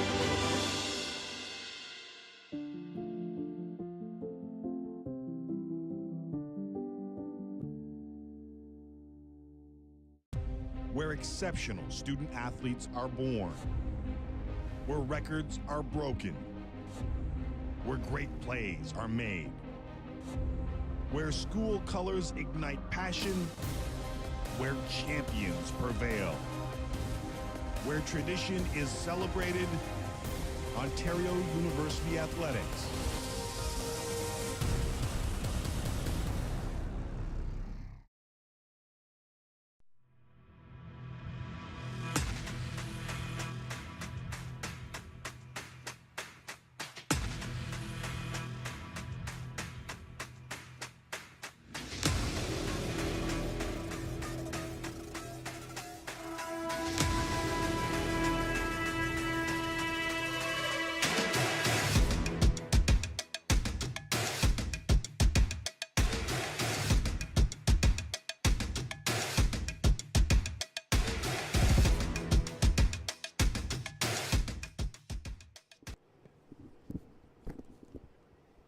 Back at Western Alumni Stadium, which will play host to the Vanier Cup for the very first time 1 week from today.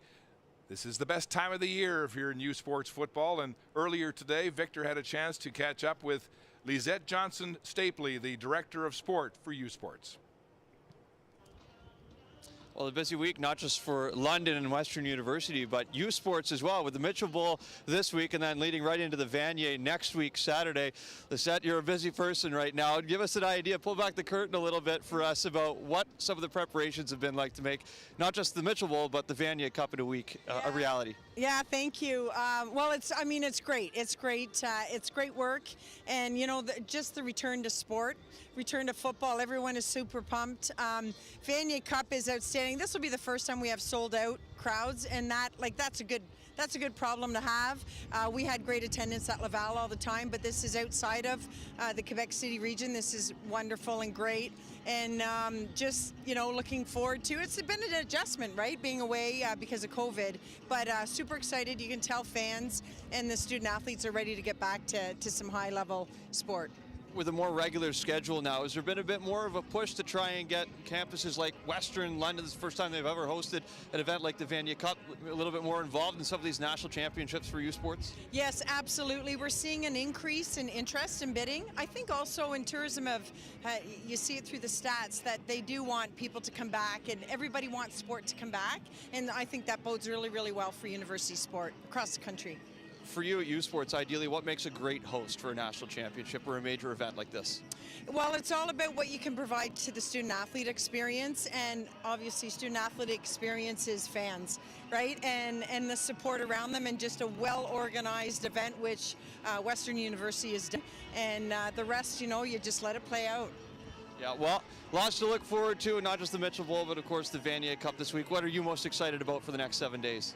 Oh my goodness, I think both. Just watching the student-athletes' excitement, all the activities on action on social media, and I can't wait to see some great football. All the best to the league leading up to the Vanier. Thanks for this. Thank you very much. Thank you, Victor. The second half is straight ahead here at the 2022 Mitchell Bowl as the Mustangs roar back onto the field. They have a 17-4 lead, but if you look at these statistics, I mean, Laval has to be thankful that they haven't been buried after their mistake-prone first half. Yeah, absolutely. You can see right here, you were able to see the amount of turnovers that happened with regards to the miscommunication between Arnaud Desjardins and the center. They turned the ball over 4 times. They nearly turned the ball over 4 times in that first half. But as you can see, it's still a two-score game. And they've been moving the ball on offense. They've been able to establish the passing attack. They've been able to establish the run game. But as you can see, Western has been able to establish both the run game and passing attack with Keon Edwards and Evan Hillock. Well said. The first half statistics brought to you by Wilson, the official football of U Sports. Turnover is a real factor for Laval as they make their way onto the field. Long snaps, a real problem. They had 4 problems with long snaps, 3 of them with Desjardins when first hit him in the face mask. The other 2 went over his head. And then Dallaire coming in the Wildcat, the fullback, took his hands off the ball momentarily, dropped it, managed to fall on it. But that really ended what looked like a good scoring drive, and ultimately they got a rouge on a missed field goal after that. But blocked field goals, 2 in the second quarter by Laval, have put them back in this football game. Yeah, and it's crazy. Both teams are having their breakdowns. You can see with Laval, it was on offense and the ball snaps. With Western, it's on the special teams front. And that's maybe why you can see that Greg Marshall didn't want to go for it, wanted to go for it on 3rd down, as opposed to kicking field goals and punting the ball. He doesn't want to give the ball back to that Laval offense, and he knows that they're blocking a lot of those kicks today. So I'm curious to see if we can see some mistake-free football from both of these teams in the second half and what that looks like. What does mistake-free football look like from these 2 national powerhouses? Here's our game summary from this opening half. That 35-yard touchdown pass from Hillock to Magnier Jones to open the scoring. Then the 6-yard fumble recovery on the bad snap, scooped up by Lorenz Bowers-Kane for a touchdown. Laval lost 2 of 3 fumbles. Another field goal coming off one of those botched snaps. And Laval, of course, ending the half on a high note with a couple of blocked field goals. 17-4. Western with the lead. Laval won the coin toss and deferred. And so Western will get the ball and Laval will get the wind in the fourth quarter. Savon Magnet-Jones at his own 18-yard line. Magnet-Jones, the shifty receiver, is bottled up as he crosses the 35, but there is a flag on the play. There was not one single kick return for a touchdown in the RSCQ this year. I mean, that's unbelievable, isn't it? But it speaks to the great kick and punt coverage they've had in that conference. The holding call against Western will put them in bad field position to start this second half. They'll be back at their own 15, Deshaun, and going into the wind. So there's Keon Edwards, who went over the century mark in that first half on the ground. Left the game favoring, it looked like his eye or something, but he's good to go to start this second half for Western at running back. First down at their own 15. Edwards gets the call, and he's stuffed. So this will be really interesting to see what kind of adjustments these teams have made at the half. Can Glenn Constantine, a great defensive coach in his own right, find a way to slow down the freight train, Keon Edwards? Can I just say, you know Laval fans are in the building when you hear the air horn. Yeah. You know Laval fans are in the building when you hear the air horn. I find it amazing to see how strong this fan base is. And they've made the 12-hour drive to London to support their team on a quest for a Vanier Cup. Injured Laval player, they'll attend to him, and we'll look at Edwards' production in the first half.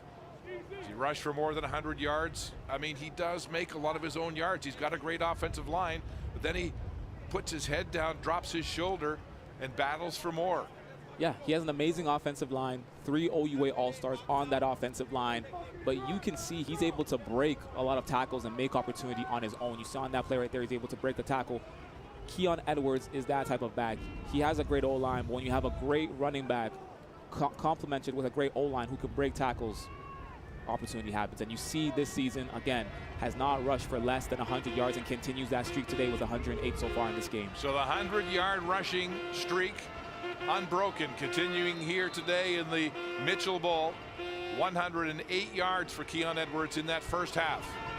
Play action now for Hillock at quarterback. Now he'll throw it up. Deep ball down the sidelines, and it's incomplete.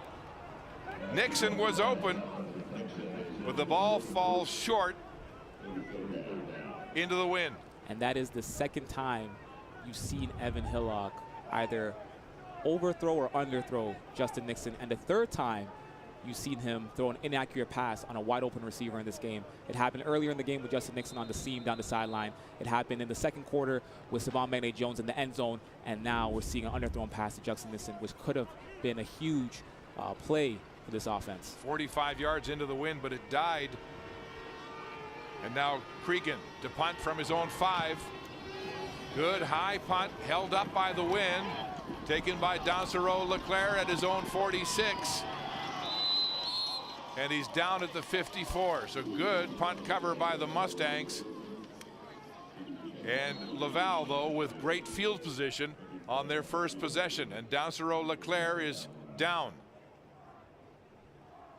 Key member of this receiving corps for the Rouge et Or, and one of their top returners in some serious difficulty.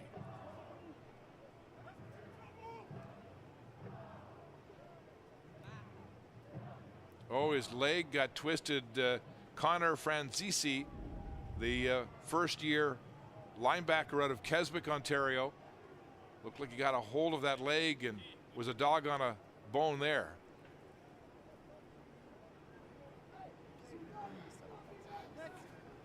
So this Laval offense going back to work after that mistake-prone opening half. Problems with their exchange from center to quarterback.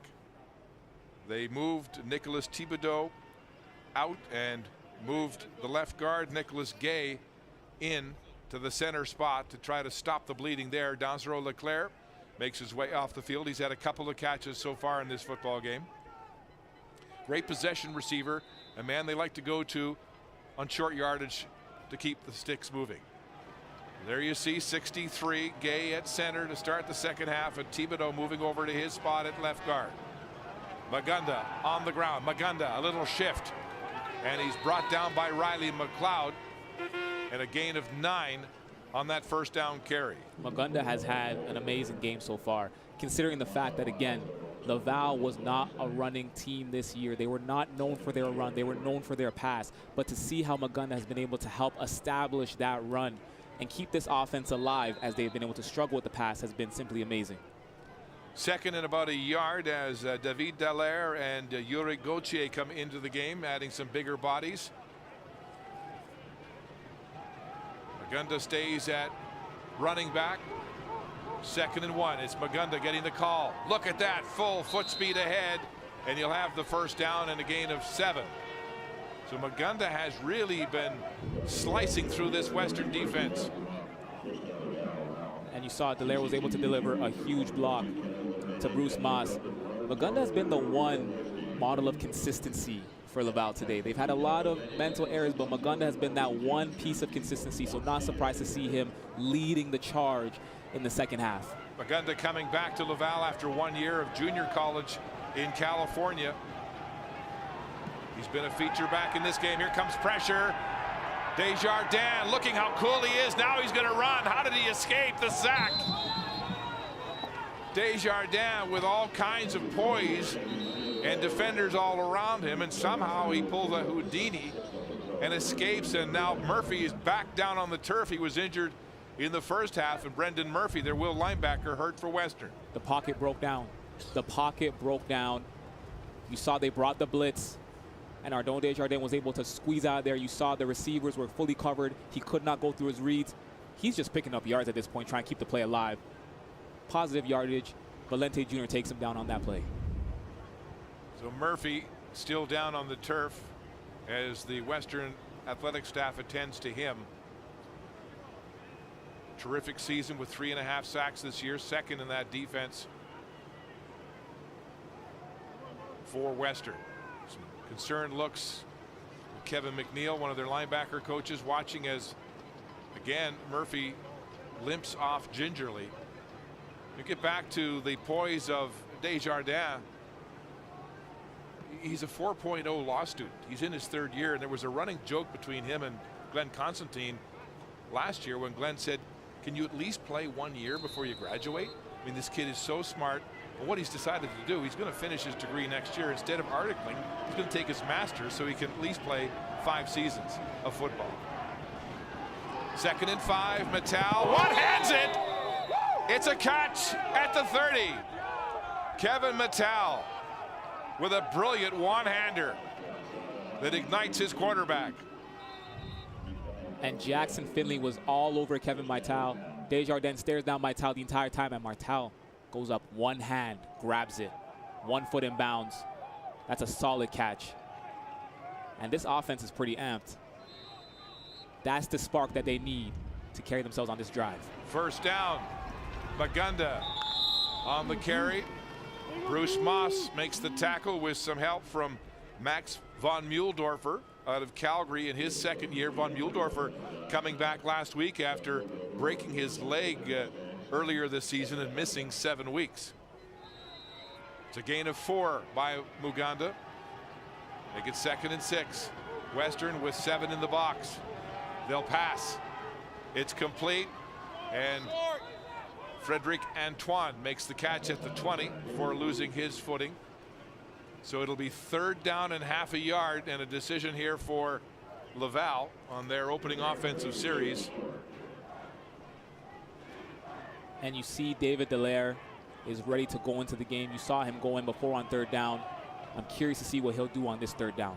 Laval will leave their offense on the field. 3rd and 1.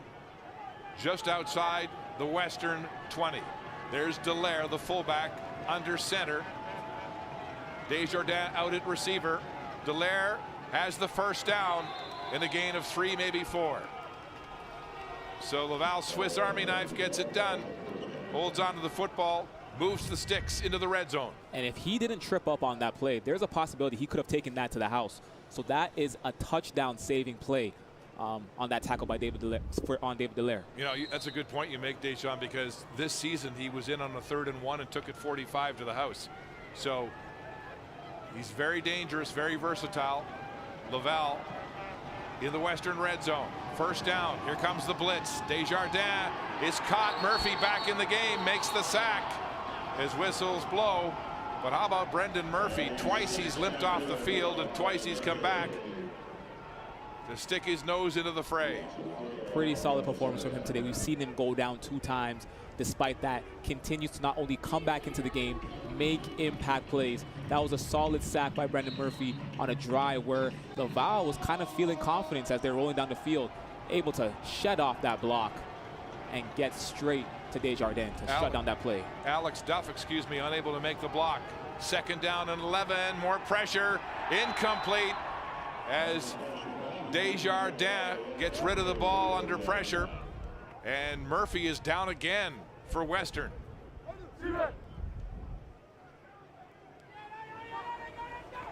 Trying to leak the ball out to Muganda, and so this drive stalls deep into Western territory at the 21. And there's Murphy for the 3rd time favoring that left leg. Western did something special. What they did was they sent Jackson Finley on that blitz. They sent their halfback on a blitz, and Arnaud Desjardins did not expect that. That's something I haven't seen from the Western defense all season long. Halfback blitz paid off on that play. It's so Paul Gleason, the defensive coordinator, he prepares this team so well defensively as they help Murphy off again, limping his way to the sideline. How many times can he come back? Vital has not been a big factor here today. So the Rouge et Or with a 28-yard field goal attempt by Vincent Blanchard. His longest this year, 36. He was wide from 31 for a Rouge in the first half.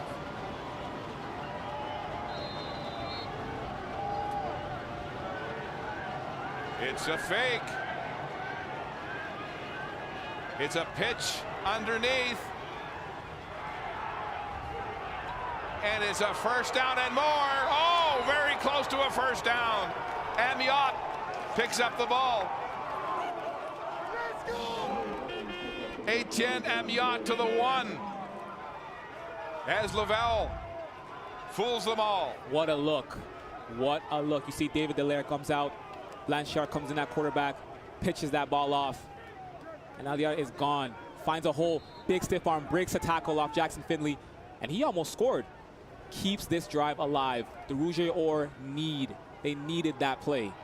Huge play for this team that's down by 2 scores, looking to score in this 3rd quarter. Fake, turns to this, 1st and goal. Dallaire under center. Dallaire to the goal line. Touchdown, Rouge et Or. So special teams continue to loom large in this Mitchell Bowl. And we're learning that the Laval Rouge et Or are not just a one Fast A team. They're not just a one Fast A team. David Dallaire, their fullback, comes in at quarterback on the Wildcat. He had 7 all-purpose touchdowns this season. 7 all-purpose touchdowns, and 5 of them are rushing. That's his 6th. Dallaire stuffs it into the end zone for the first major of this football game for the Rouge et Or. Now he'll hold for the point after. He does it all for this Laval team. So talented. Vincent Blanchard with the point after. It's up and good. It's a 1-score game as the Rouge et Or hit the end zone on their opening drive of this 2nd half to cut the Western lead to 6. It's 17-11 Mustangs in the 3rd quarter in London. Hey, U Sports fans, check out shop.usports.ca for this week's promotional item from the Nike Team Collection. Visitez le shop.usport.ca pour en profiter de la promotion de la semaine de la collection Nike Team.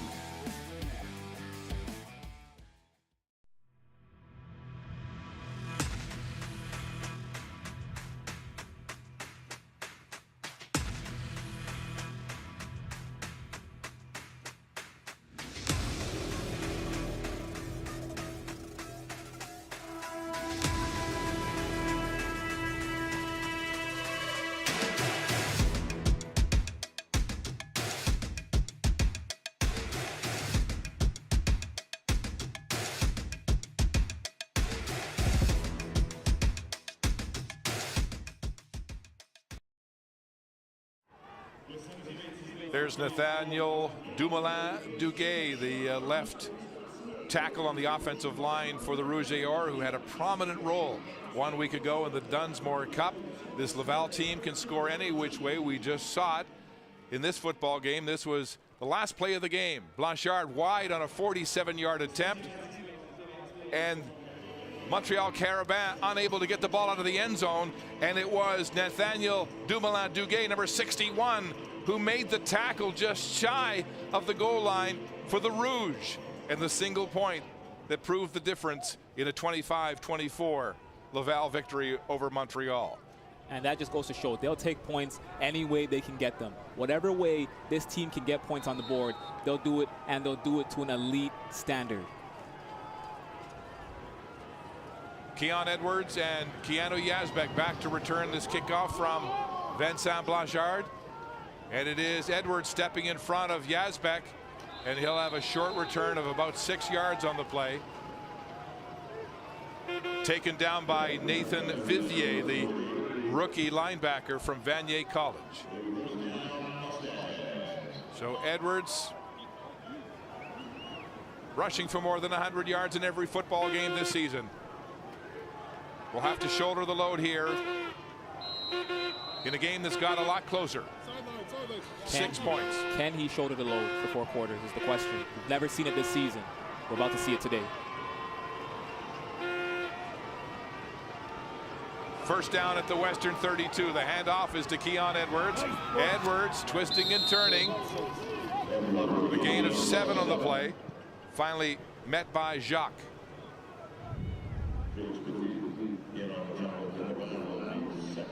One year ago at the half, Western trailed Saskatchewan 12-10, and it was Evan Hillock and 2 touchdown passes to Griffin Campbell that turned the tide in that football game. Here's Hillock throwing again. Hillock to the wide side. It's complete to Justin Nixon. Nixon with a straight arm, still on his feet, and gets up to center field before he's finally brought down. Nixon in his final year of eligibility as a Mustang, with a big first down on the receiving end of that pass from Evan Hillock. Greg Marshall putting the ball in Evan Hillock's hands, giving Keon Edwards a rest. Hillock goes through his read, sees Nixon on that out route, and he catches and brings up the sideline. Hillock to throw again. Magne Jones, the intended receiver. Oh, and he drops the football, but it was nearly intercepted. Petit, the safety, was in position to catch that football. And again, Hillock's balls are duck-like into the wind, and they're falling short. Yeah, that should have been an interception. The fact that it wasn't, the Western Mustangs are very lucky. Felix Petit from Champlain College. Chance there for a defensive turnover. Second down at 10 from the Western 54. Play action. Here's Hillock going deep for Griffin Campbell. He's open. Oh, he can't hold on to it. Campbell had it for a moment. Slipping deep in behind Anton Hay. Third down. And that was one of the better passes Evan Hillock has put up today. Griffin Campbell makes an amazing effort, comes down with it, falls out of his hands. Couldn't complete the play. He had Hay beat downfield.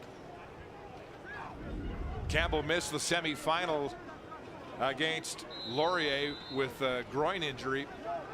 He's come back and shows his great velocity there. Dansereau Leclerc back to return this punt from Cregan. He'll take it at his own 17, nowhere to go. And down he goes. So tough field position for Laval as they go back on offense after scoring their first offensive major of this football game. It's a 6-point margin Western. It's that moment again, the one you dream of every night. La seule chose qui te préoccupe, c'est la gloire. Le cheminement de la réussite, of pushing yourself further than ever before. But the true glory is in the shadows. Les sacrifices que tu fais, quand toutes les chances sont contre toi. When you can't push one more second, chase the glory. Visez haut.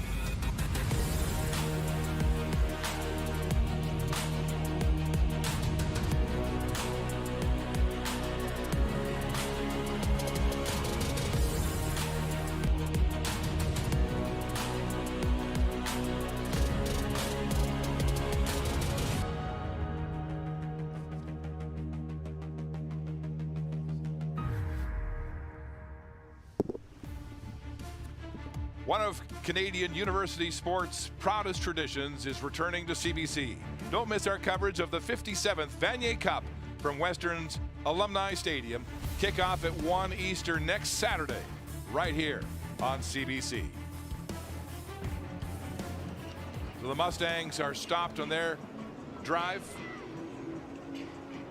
And now Glenn Constantine, having settled his team at halftime, goes back to work on offense. And his young quarterback, Desjardins, remember last week in the Dunsmore Cup, Deshaun, he only threw for 65 yards and he threw an interception, and then turned it around the second half with 3 touchdown passes to Kevin Mattel. Rolling up play action and a bungled flat pass to Dallaire, incomplete. 2nd and 10.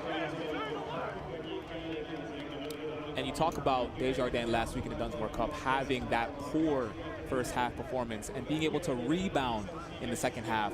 3 touchdown passes to Maital, who also was able to rebound in the second half. It just goes to show how well coached this Laval team is, and they're able to really turn things around at halftime and make adjustments.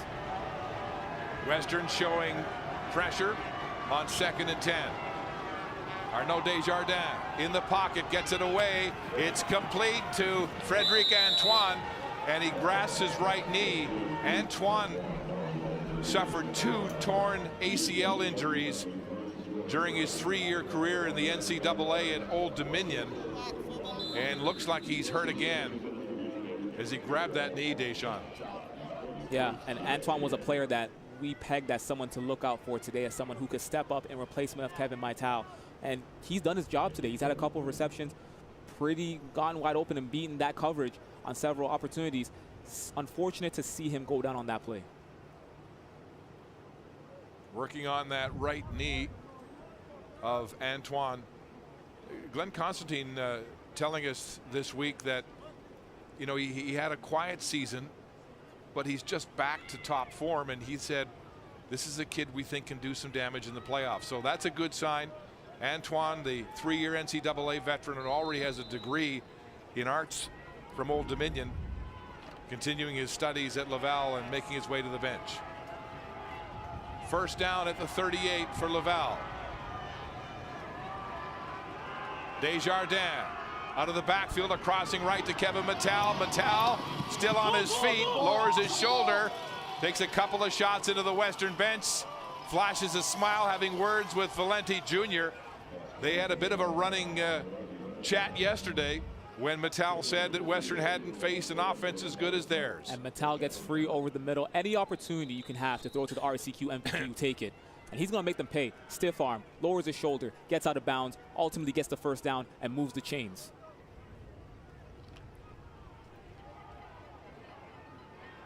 First and 10, Laval from the Western 53. Rouge et Or will stay on the ground this time. Magunda off tackle, breaks a tackle, still hauling the mail. Bruce Moss finally makes the tackle, but not until a gain of 12 by Mugunda, who's punishing this Western defense. And the key block actually came from Kevin Mattel. You're going to see him fill in and break off a key block that opens the door for Mutunga to make his way through the middle and pick up some yardage for a 2nd and 1. A lot of long reaches on that defensive Western, but arm tackles aren't going to bring him down, are they? There's Frederic Antoine again, getting that right knee addressed. Desjardins rolling to the right, downfield, intended for Arsenault, incomplete. Edouard Arsenault, the 2nd-year man of Saint-Jean-sur-Richelieu, a business administration student, just out of his reach. Had his hands on it. It's a cold football. Both quarterbacks having a tough time with their release, getting spin on that ball. 2nd and 10. Arsenault becoming one of the featured receivers this year for the Rouge et Or. Play action now, pressure. Arsenault, or rather Menzies makes the catch, breaks a tackle. Menzies still on his feet, reaching for the end zone. He's thrown out of bounds at the 1.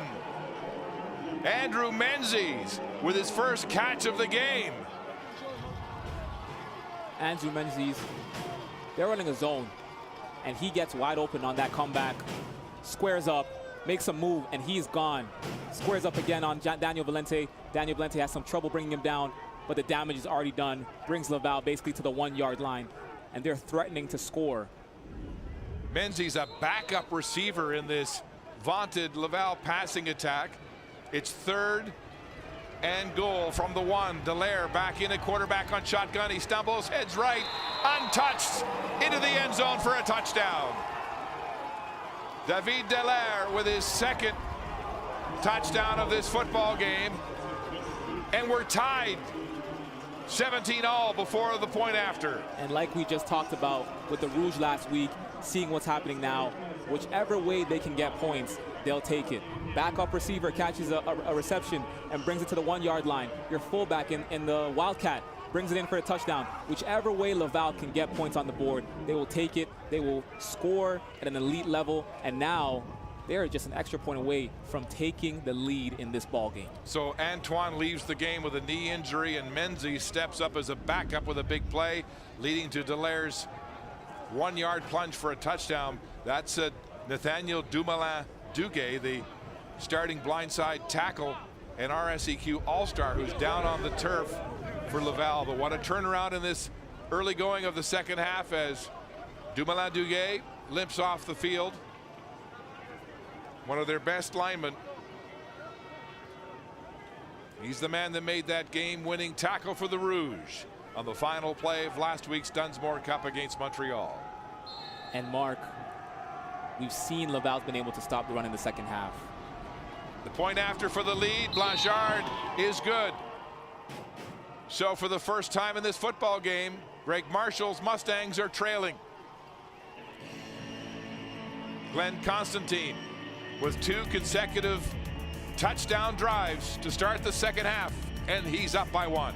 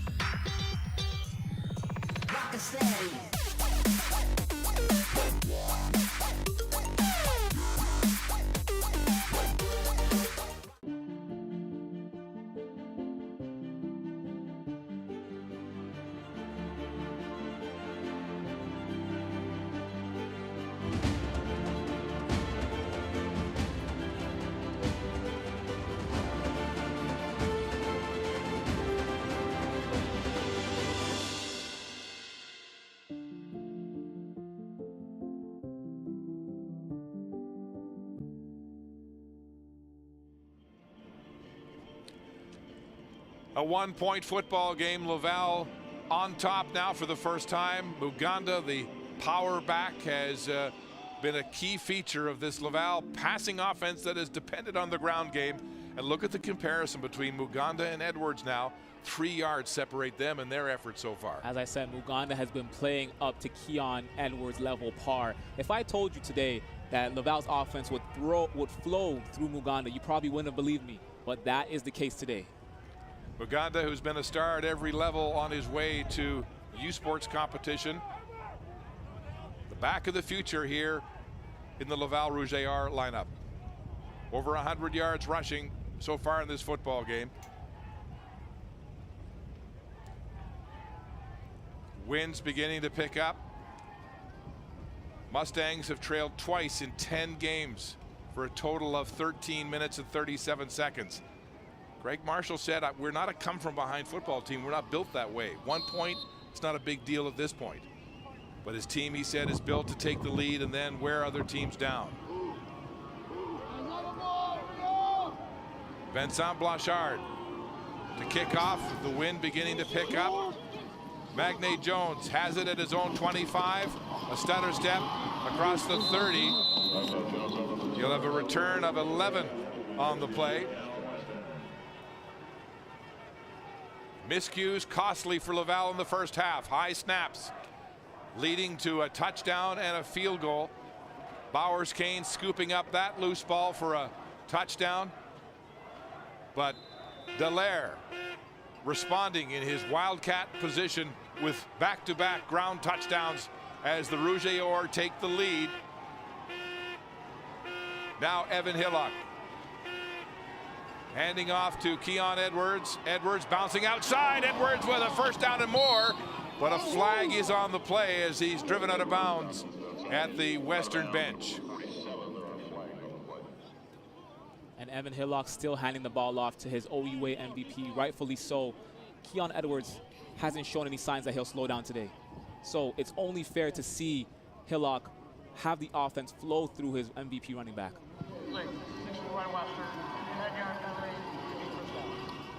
Holding call is against Western, so a 10-yard penalty will make it 1st and 20 for the Mustangs. Young Evan Hillock, as we mentioned early in the broadcast, is 19-0 as a quarterback in U Sports competition for the Mustangs. Team down by 1 now. Adversity not something he's had to deal with. Quick bubble screen to Nixon. He's got it.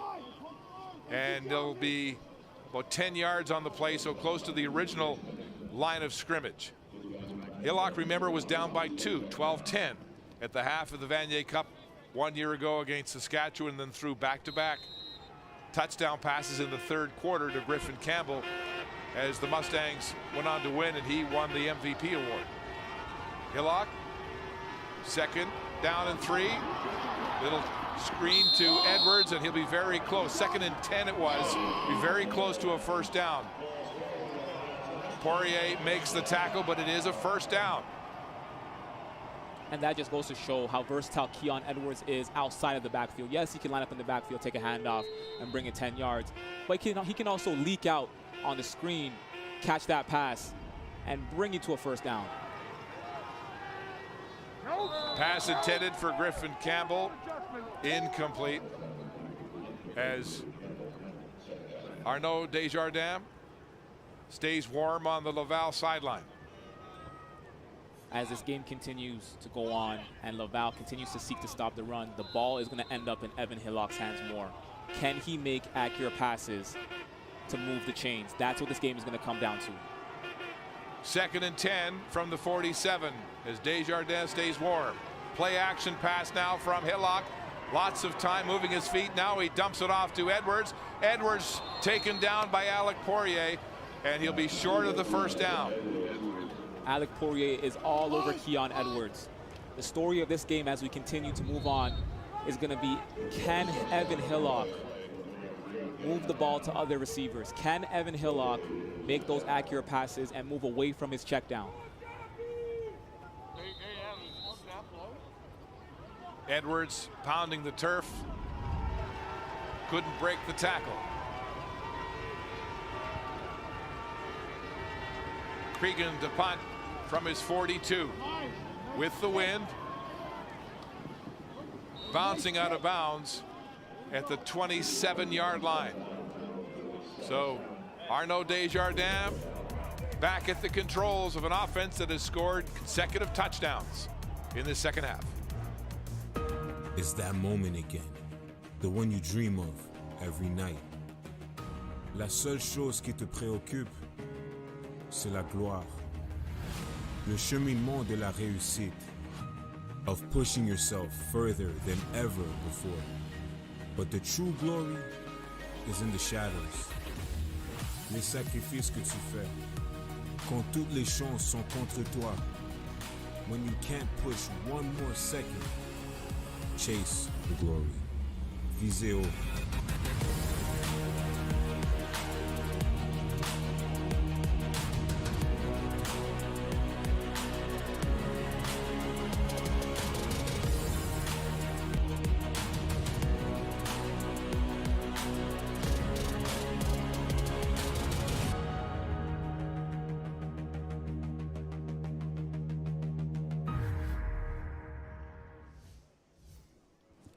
Been a tale of 2 halves in this football game so far. Western jumping out to the early lead on the Magnay Jones 35-yard touchdown catch.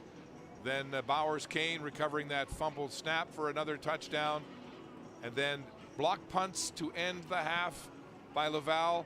And they responded in the 2nd half with back-to-back 1-yard touchdown plunges by David Dallaire, and they have the lead by 1, 18-17. Some concern, though, Deshaun, as we went to break on the Laval sidelines, as the athletic therapists were working very hard on the right hand, the passing hand of Arnaud Desjardins, and he hasn't had the same kind of spin on his ball in this football game, and you have to wonder if he's injured his hand somehow. They were really working it over. Exactly, yeah. You mentioned it perfectly. We've seen the lack of spin on the ball, also the fumbles that we've seen earlier in the game. Could there be something going on that we may not know about? They'll stay on the ground as Magunda carries the ball. Here's the look just before Desjardins came onto the field, as the trainers kept working on that right hand, his passing hand. So clearly he has an issue there, and they're staying with him just before he went out on the field. 2nd and 7. The situation for Laval. Desjardins has trouble with the ball. It's knocked down and intercepted. Max von Bühldorfer, the defensive tackle, has the football deep in Laval territory. What a play by Max von Bühldorfer, just weeks after coming back from a broken leg. You see Desjardins fumbles the ball a little bit there. He can hardly hold the ball. Watch his release here. Von Bühldorfer gets his hand up, tips the pass, and comes down with the ball. Unbelievable play by a defensive lineman. Von Bühldorfer holding off the blocker with one hand, makes the pick with the other. The big defensive tackle from Calgary with a huge turnover. First down, Western at the 27. Hillock wants to go with the dagger to the end zone. Knocked down. It could have been intercepted. Once again, another pass that could have easily been picked off. Chris Beaulieu had his hands on it. His brother Jordan, a former Mustang who won a Vanier Cup with Western. I'm sure there's a family affair going on there with Chris facing his brother's old team. Almost picked off the quarterback. 2nd and 10 for the Mustangs at the 26 of Laval. Here they come with pressure. Hillock still has time, gets it away. It's caught by Nixon. Nixon has it for a first down. And once again, Justin Nixon on that comeback route, he had Heil all over him, but he was able to come down with that pass. Justin Nixon is money on that comeback route. Great coverage by Anton Hay, but not enough to stop Nixon with that first down catch. And so Western now first down from the 11 of Laval. Edwards takes the handoff, stacked up. He'll have a gain of 2, maybe 3 on the play, as Jean-William Rouleau, the defensive tackle, big man at 327 pounds, stops Edwards. It's important to note as we enter the fourth quarter, the Western Mustangs have not scored since the first half. It's rare that you see that from a Greg Marshall team, but it just goes to show how elite this Laval Rouge defense is. 2nd down and 7. Last play with the wind for Western. Hillock with a bullet. It's incomplete, thrown behind an open Savon Magne-Jones. So a huge missed opportunity for the high school buddies, the roommates and best friends. Hillock can't connect with Magne-Jones, and so a field goal attempt now for Western. And that's the last play of the third quarter. The last play Western had with the wind. They'll be going into the wind in the fourth. As we remind you, Laval won the toss, deferred, and took the wind in the fourth quarter. They have a 1-point lead. Western field goal coming up when we come back. Hey, U Sports fans, check out shop.usports.ca for this week's promotional item from the Nike Team Collection. Visitez le shop.usport.ca pour en profiter de la promotion de la semaine de la collection Nike Team.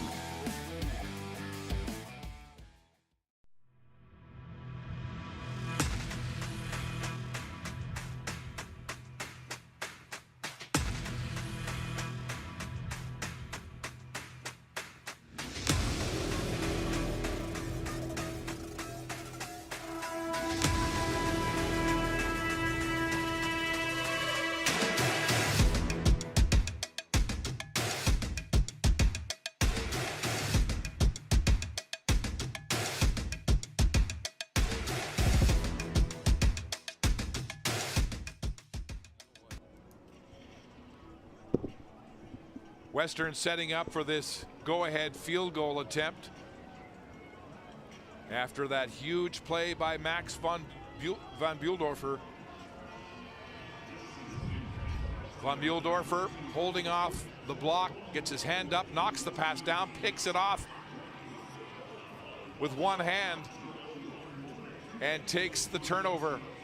What a move by Van Bühldorfer, who broke his leg earlier this year, missed 7 weeks, and came back to action in the playoffs. Glenn Constantine's defense holding the Western offense and forcing them to this field goal attempt for just outside the 15-yard line. Brian Garrity of Western has it up and good, so the Mustangs take a 2-point lead. But Van Bühldorfer, in just his second year at varsity this year with the broken leg, and 1 year ago in this very game facing his big brother Ben, who was in his 5th and final year with St. FX. At the end of the game, look at this emotional hug. The rookie, Max, holding on to his brother Ben in his final game of U Sports competition. Max telling me their grandfather had passed away a month earlier, and this was an emotional time for the brothers as they crossed paths for the first and only time in their U Sports careers. Max van Bühldorfer with a big play to set up the lead for Western. Matching of the minds between those great friends, Marshall and Constantine, in a wicked second half battle. Here's Desjardins with time. Across the middle, Kevin Mattel makes the catch, breaks the tackle, and steps out of bounds. There is a flag on the play well after the play, but Mattel stepping into the spotlight. You can see Mattel lines up in the slot, and he goes across the middle, and he finds open field, and Jackson Finley's all over him, but he breaks that tackle. Again, he'll make you pay. Anytime you can pass the ball to the RSCQ MVP, you take that opportunity. Objectionable conduct is the penalty against Mattel. He does like to run his mouth, and it's cost his football team here. So it'll be 1st and 10 from the 53, backing the ball up to midfield after Mattel's talking got him into trouble. First down. Desjardins crossing past to Dansereau Leclerc, and Leclerc is pushed out of bounds by Max Nixon. He'll be very close to a first down, but Desjardins is just softly throwing that football. There's clearly something wrong with his throwing hand. Something's not right. We saw it on that interception to Max van Bühldorfer, but as you can see, Laval is taking advantage of the fact that Western runs a zone, and it leaves a lot of open field in the middle. So they're attacking the middle of the field right now, taking advantage of that zone, and you know, really capitalizing on finding first downs. Max Nixon made the play there. He's played most of the season with a broken hand. Looks like he's in for Brendan Murphy. Here's Magunda now. Hard running, high stepping, driving his way to what looks like another Laval first down. It's a gain of 11 and a first down as Muganda continues to pound this Western defense. Back-to-back passing plays, have the defense thinking pass for a 3rd time in a row, hand it off to your running back, who's been your model of consistency for today. Beautiful choice of play by Glenn Constantine. 1st and 10, Laval from the 33 of Western. Edwards and Hillock watching nervously from the sideline as Muganda again carving his way to the 26, the safety, Daniel Valente Jr. having to make the tackle. It's a gain of 7. 2nd and 3, Laval. And Muganda's really just proven to be their safe haven today. I don't think there's been a run that he's had today that's been under 5 yards. He's broken tackles on every single time he's touched the ball. Again, if anyone ever told me today that Muganda would have been the consistency for this Laval offense and it would have flowed through him, I would not have believed you. But here we are with that being the case. 2nd and 3. Laval with that heavy front. Play action. Dallaire with the ball leaking to him. He's got it for a first down and more. Rumbling his way down to the 6-yard line. David Dallaire, the Laval Swiss Army knife. Like we said, the most talented all-around football player on this field. At 6'3", 215 pounds, David Dallaire reminds me a little bit of former York Lion Nikola Kalinick, who's with the Indianapolis Colts right now.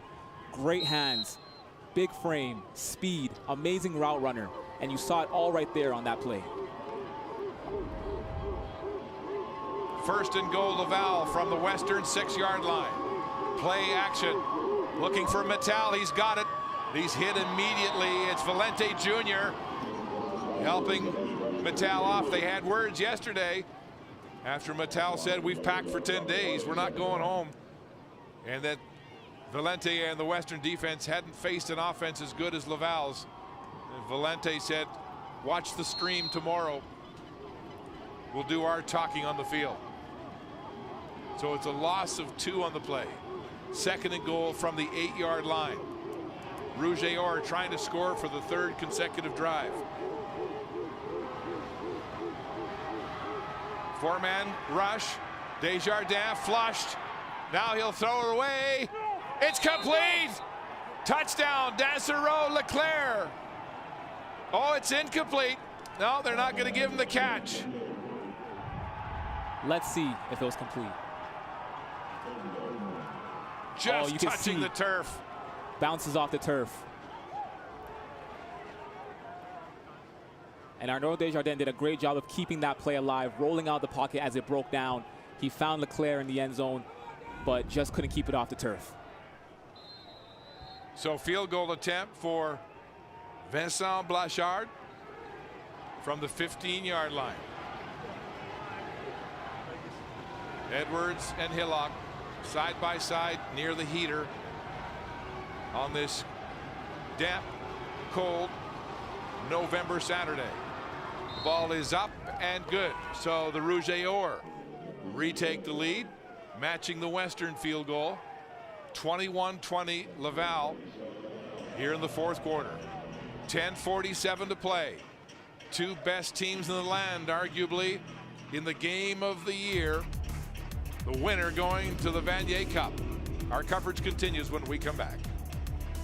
Hey, U Sports fans, check out shop.usports.ca for this week's promotional item from the Nike Team Collection. Visitez le shop.usport.ca pour en profiter de la promotion de la semaine de la collection Nike Team.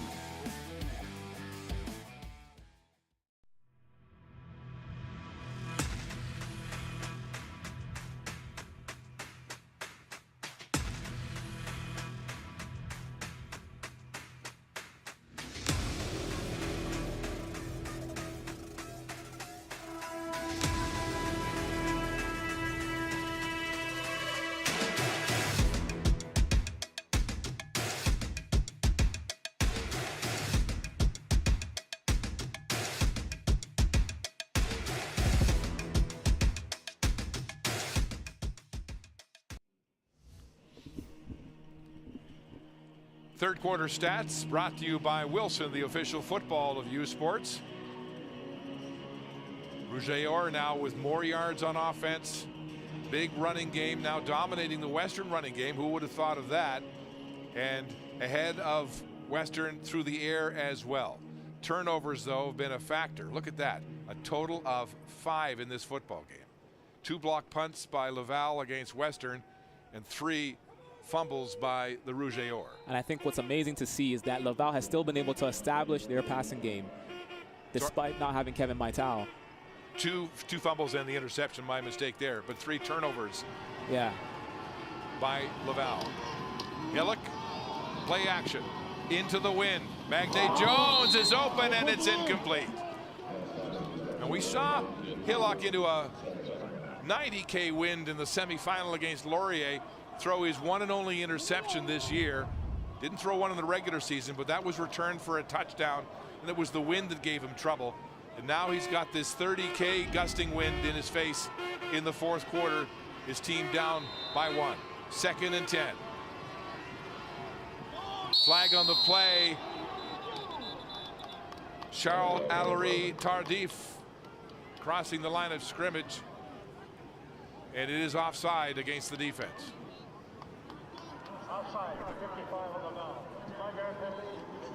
Allery Tardif was the player who blew up the punter who was in the end zone last week for Montreal and helped seal that Rouge. second and 5 after the penalty. Griffin Campbell has 4, and he'll be short of the first down. And you can see throughout the game there's been some concern with the deep ball with regards to Evan Hillock, so they're turning more to those shorter screen passes. You've seen it earlier on with Keon Edwards in the third quarter, and now we're seeing a Griffin Campbell short bubble screen, but that Laval secondary is all over it. Look at Anton Hay break up that block too. So it's 3rd and less than a yard. Edwards takes the handoff. First down on the 3rd down gamble. The gain of 5. Hand it off to your OUA MVP. He'll get you 1 yard. He'll get you at least 1 yard. And that's what he did just right there. I believe that's the 4th 3rd down gamble in this game by the Mustangs. And you could tell they just don't want to give the ball back to Laval's offense. We've seen Laval's offense rolling. Edwards takes the handoff, tries to go outside, cuts back inside, makes his own yardage, 7 yards on the play before Charles-Andre Jacques makes the tackle at linebacker for Laval. And like we've been saying all day, Keon Edwards, 126 yards on 23 carries, 0 touchdowns, but he creates his own opportunities. Edwards with 9 touchdowns during the regular season, 3 in the playoffs, none today. Edwards again, takes a big hit. Poirier right in there, and there's a Laval player down on the field after that hellacious contact.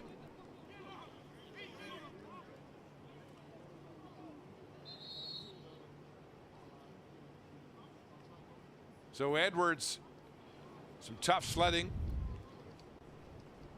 And you can see they're all over the run. Poirier was right there, ready for his assignment, his one assignment, which is Keon Edwards, and he's able to stop him right in his tracks. The Rouge Or are doing a great job of stopping the run, which makes sense. They've only given up 87.4 yards per game, rushing yards per game all season. We mentioned before on the broadcast, if there's one team that's designed to stop the run, it's this Laval defense. Jean-William Rouleau, the injured lineman for Laval, but he looks no worse for wear as he makes his way off the field. A big man at 6'2", 327. He's the anchor of that defensive line, which is rather light, with Quenneville at 237 on one end and Shihad at 236 on the other, facing this big offensive line for Western. Most of them all over 300, tipping the Toledos at 305, 290. 3rd and 3 in a big gamble here at midfield. Edwards takes the handoff, and he'll be short. Edwards is stopped on that gamble, the 5th on 3rd down, and a turnover on downs. What a play by the Laval front 7. Again, if there is any defense in the country that is designed to stop this Western rush attack, it is this Laval defense. Only 87.4 rushing yards allowed per game. And they've caught on. They've caught on. They've had a bit of trouble in the 1st and 2nd quarter stopping the run, but they've caught on in the 2nd half. Poirier is living up to the hype.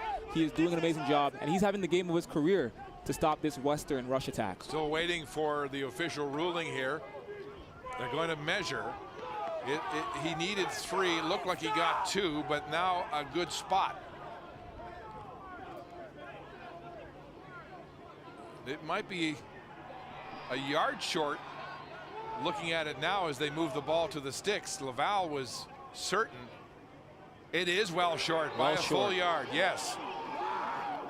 And that's a huge stop for this Laval defense. Huge stop. At midfield, no less. So great field position for Constantine and his offense. Another look. He needed 3, he got 2. And everyone is right there to meet him. Number 43, Jacques, is right there to meet him. Came back this week after missing last week and has been an impact player. He's been all over Keon Edwards today. He's missed a couple tackles on Edwards, but he did not miss that key tackle right there. Impact, the key word there, as Charles-Andre Jacques forces a Western turnover on downs. 8:05 to go in this 4th quarter. Hillock on the bench. We talked about how he's known nothing but success. He has never lost in his football career now in 2 seasons. All the way to the Vanier Cup 1 year ago. Trailing by 1 here late in the game. How will he react to adversity? And the response by Laval to get back into this football game after a disastrous first half. And we're about to learn a lot about Evan Hillock in this final quarter, because it's clear that Laval has caught on to Keon Edwards in the run. It's clear, and it's going to have to be Evan Hillock stepping up, making those passes to move the chains if the Western Mustangs want to sniff the Vanier Cup. Jake Kirk with the headset on, one of the offensive coaches who signals in the plays from the Western sideline from Gaetan Richard, the offensive coordinator who's up in the press box. You'll notice that Greg Marshall doesn't wear a headset. He never has, he says. He says, I don't want to have people in my ears. But when he wants something done, he'll go to Jake Kirk and relay that message up top to Gaetan Richard. So Hillock, Edwards stymied, and Laval takes over from their own 51. There's movement on the right side of that Laval offensive line. Samuel Quevillon and Antoine Dean Rios. It is procedure against Laval. 1st and 15 after the 5-yard penalty. And it seemed like Muganda was in there at the Wildcat, ready to take that snap. It's a diversified offense indeed. 1st down, 15 to go, Laval. Desjardins to Kevin Mittal. It's incomplete, in and out of his hands, and then he's tossed to the turf. That's on the far side. The rare Kevin Mittal drop. He was wide open, ran the 10-yard hook, had the ball in his hands. He dropped it. Aaron Masakwa making the play, the Windsor native. But Mittal, who's been running his mouth, is not the feature of this football game as he was 1 week ago when he scored 3 second-half touchdown catches. 2nd and 15. 4-man rush. Western drops 8. Desjardins throwing deep for Antoine. And Frederick Antoine can't get there. Incomplete. And so for the first time in this second half, the Rouge AR offense stalls. And Jackson Finley has done an amazing job this afternoon on coverage. He was all over Antoine on that play, forced him out to the sideline, and gave him no chance of catching that pass. He's done an amazing job this afternoon.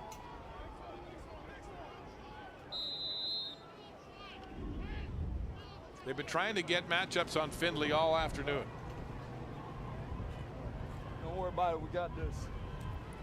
Very confident Kevin Mittal after that drop. Vincent Blanchard to punt. Drops the snap, just gets it away. Another disaster on special teams. Savon Magnier-Jones inside his 25. And he's hammered on the return. Charles-Antoine Beaulieu making the tackle for the Rouge AR. Not the time to make a mistake on special teams. Boy, oh boy. Not the time. 6:55 left in the 4th. Not the time. Long snaps have been a nightmare for Laval here today.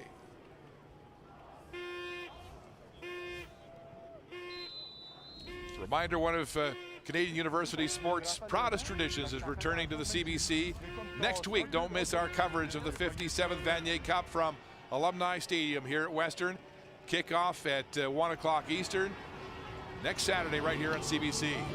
Sean and I will be in the broadcast booth once again. And there's Edwards stuffed. And again, it's Poirier, that 255-pound middle linebacker, sticking his nose in the play. No gain. 2nd and 10, Western. Right now, we're seeing the best linebacker in the country take on the best running back in the country. And right now, the best linebacker is having the upper hand. Curious to see if Evan Hillock's going to throw the ball on this 2nd down. Hillock into this wind that gusting up to 30 kilometers an hour. Pressure coming from Laval on 2nd and 10. Hillock with time. He'll try to get out of the pocket. Throws it to the sideline, wide open. Craig Coleman, the fullback, makes the catch in front of the Western bench. And it's a 1st down for the Mustangs. Like you said it, they brought the pressure. The pocket broke down. Hillock left the pocket, extended the play, and found Coleman down the sideline to keep the play alive. Edwards is down on the turf, back at the 20. Great scramble by Hillock. But Edwards down. as they work on his left leg. He has been carrying the load for all 4 quarters. Looks like a cramp the way they're working his heel. Hillock continues to stay warm under this night sky in London. Balls are cold and slick. Another look at his improvisation. And he drops back. He looks down the sideline. There's nothing there. He wants Magne Jones to go deep. He stayed shallow on the crossing route. Almost tripped over Keon Edwards' leg. Edwards on the turf as he gets it away to the fullback, Coleman. You can see Hillock willing the ball. It is a first down and a gain of 11. Now Yazbek's in the game. Yazbek in the backfield. Edwards out. Hillock throwing to the sideline. It's incomplete. Griffin Campbell, the intended receiver, as he slips. Let's look at the awkward way Edwards went down. Left to frame here. Yeah, you can see he puts his head down for a low block, and he just collapses to the ground. Can't really tell what it was. He's trying to cut block Charles-Antoine Beaulieu, number 41. 2nd and 10. Mustangs looking to the sideline for the call from Jake Kirk. See the call coming in. Some movement there to see what Laval was in defensively. Play action now for Hillock. Throws a howitzer down the middle. It's low, intended for Magne Jones and incomplete. And so Western will have to punt as Hillock continues to have trouble with this wind. Like we said, this is one of the first times in Evan Hillock's career that he's faced true adversity. 4th quarter, chance to go to the Vanier Cup. You're down by 1. Your starting running back is out of the game, and you need to throw the ball to move the chains. We are learning a lot about Evan Hillock. He hasn't had the slickest passes today. That came out like a mallard. Wind strong in his face, and now some snow beginning to fall. It's a short punt, and Dansero Leclerc will scoop it up and dance out of bounds at the Western bench with terrific field position for Laval at the 54-yard line. 4:48 to go, a 1-point ball game. Laval in front, and they have the ball.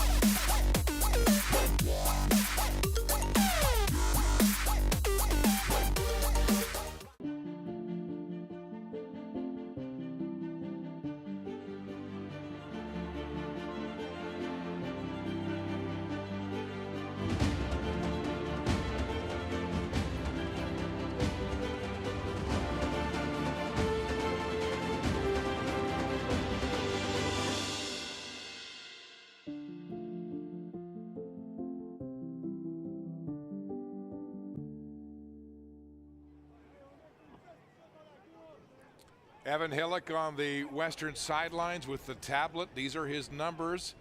Just over 50% for 150 yards in that first touchdown pass in the opening quarter. But since then, he's struggled against the wind. This cold ball has affected his release, it appears. Many of his passes are not spirals. And into the wind, that really affects the flight of the football. So Laval takes over on offense at midfield, their own 54, first down. Oh, a bobbled snap. Desjardins gets it to Maganda. Maganda straight up the sideline, stepping out of bounds at the Western 42. Again, another bobbled snap. Seems to be a theme in today's game. It's cold. It's cold, and it goes right through Arnaud Desjardins' hands, but gets it into the hands of Maganda, and Maganda finds a hole, beats McLeod up the sideline, and runs out of bounds.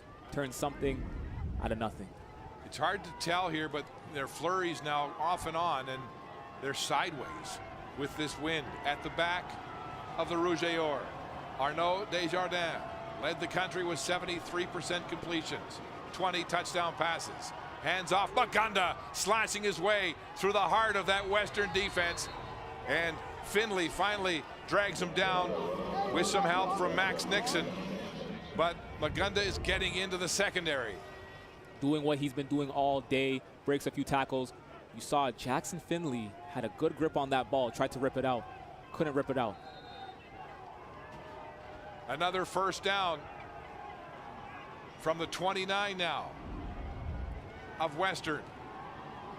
Magunda now 165 yards, almost 10 yards a carry. Magunda again gets the call. He gets a seam and Max Nixon makes the tackle, filling in for the injured Brendan Murphy. So the gain is 5 for Magunda, who came out of that junior college program in California, the College of the Canyons, and expect to hear a lot from this running back over the next 4 years. He's a rookie, and he's been a star at every stop in his youth career. Only had 38 carries this year, 242 yards, but we're seeing in this game that he is capable of more. Laval has a deep backfield. They were able to rush this year by committee, but Muganda is showing potential to stand out as a key running back for them going forth in the future and maybe holding in on that starting spot. Glenn Constantine takes a timeout. 2nd and 5 from the 24 of Western. Laval with the ball when we come back. Hey, U Sports fans, check out shop.usports.ca for this week's promotional item from the Nike Team Collection. Visitez le shop.usport.ca pour en profiter de la promotion de la semaine de la collection Nike Team.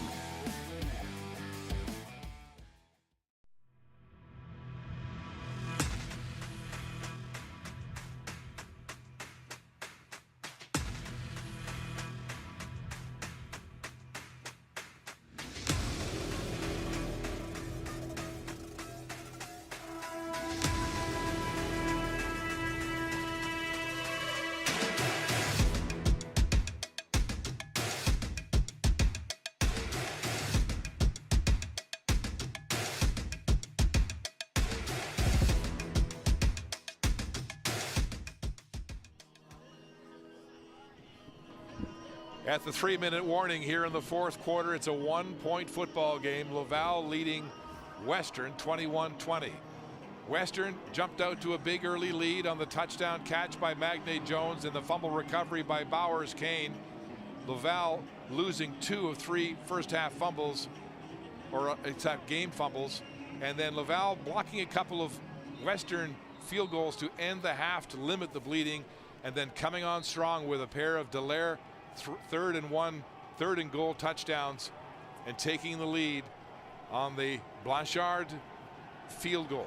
A chance now to go up by more. 2nd and 5 at the Western 24. And they hand to Magunda again. Magunda driving forward, and he'll be very close to a first down. I'm not even surprised to see that.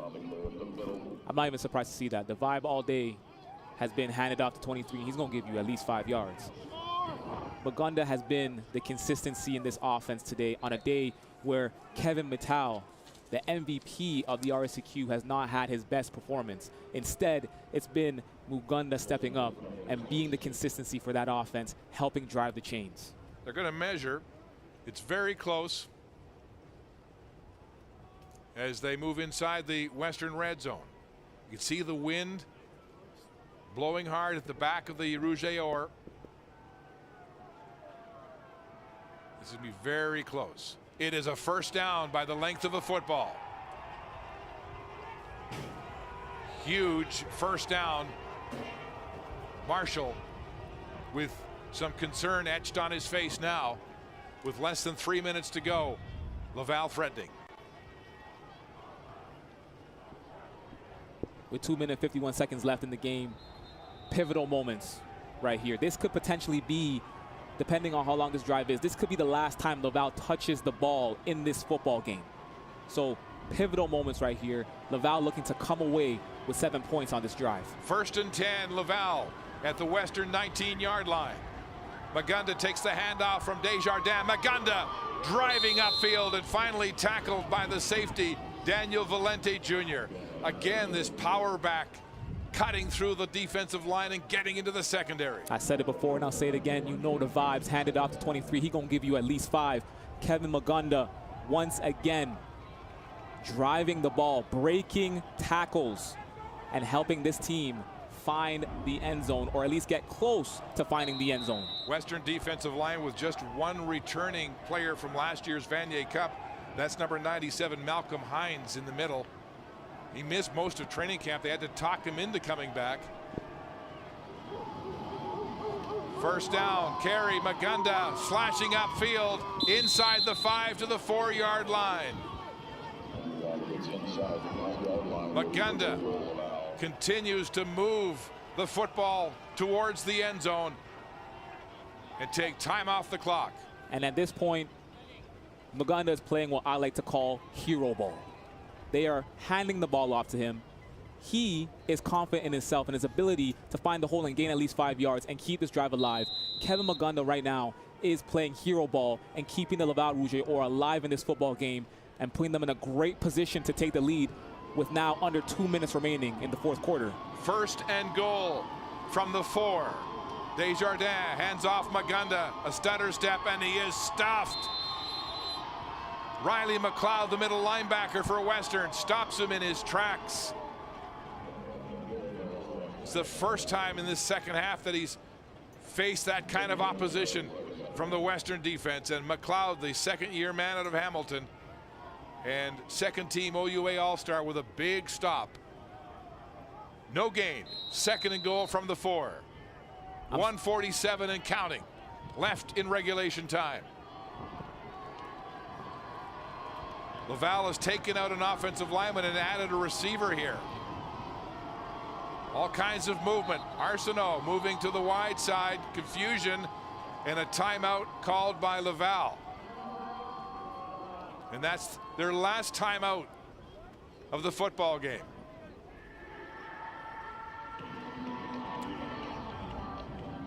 Mark, based on what happens in the closing moments of this drive with Laval, Evan Hillock is going to come back onto the field, and he is going to have the best drive of his career to keep this team's season alive.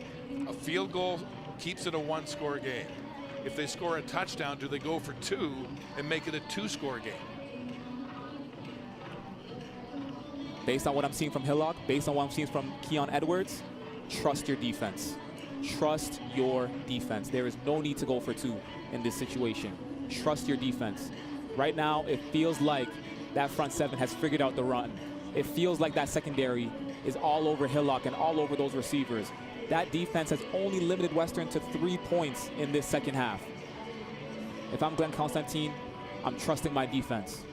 Arnaud Desjardins comes back into the huddle after conferencing on the Laval sideline. 2nd and 4, 2nd and goal from the Western 4. Desjardins hands off, Magunda upfield. He'll be short. Max Nixon in on the tackle, downed at the 2-yard line. Now what do you do? 3rd and goal from the 2. This is going to be an interesting choice of play call right here. Do you risk it? Go for 7? But even if you risk it and go for a touchdown, remember, field positioning. Laval is sending out their field goal unit. They're going to take the points. They're going to take the points and rely on their defense. Already plotting the defense on the sideline. 1:26 to go, and Western has taken a timeout. And they have 1 timeout left, and they'll have to drive the field against the wind. There's Edwards, the man who has been the focal point of their offense all year. But coming from behind is not the way this team was built. Marshall talked about it so honestly yesterday when he said, we're built to take the lead. We don't want to be throwing the ball. It killed us in the 2018 Vanier Cup against this very Laval team. 19-yard field goal attempt for Blanchard. Sorry, 9 yards for Blanchard. Ball up and good. And so it's a 4-point Laval lead with 1:20 to go in regulation time.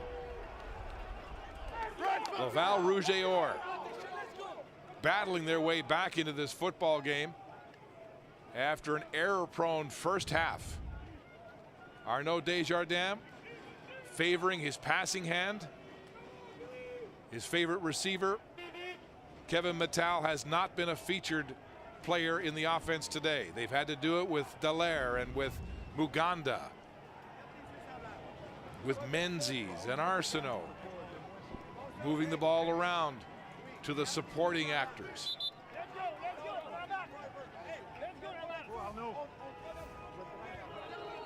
Who moves on to face the Saskatchewan Huskies next Saturday here in London in the Vanier Cup? Huskies prevailing in a hard-fought battle with St. FX out east. The game that was tied into the fourth quarter, I believe, in that game. And now a 4-point game with the home team, Western, trying to drive and make it to the first London Vanier Cup ever. And we got to give shout outs to that St. FX program to be competitive in the national semifinal. Unbelievable. Shout outs to them. Blanchard puts the ball in the air. Magnay Jones at his own 5-yard line. Savon Magnay Jones is taken down shy of the 25-yard line. 24 is where Western will start. On a long field with 1:18 to go. 86 yards from the end zone into the wind.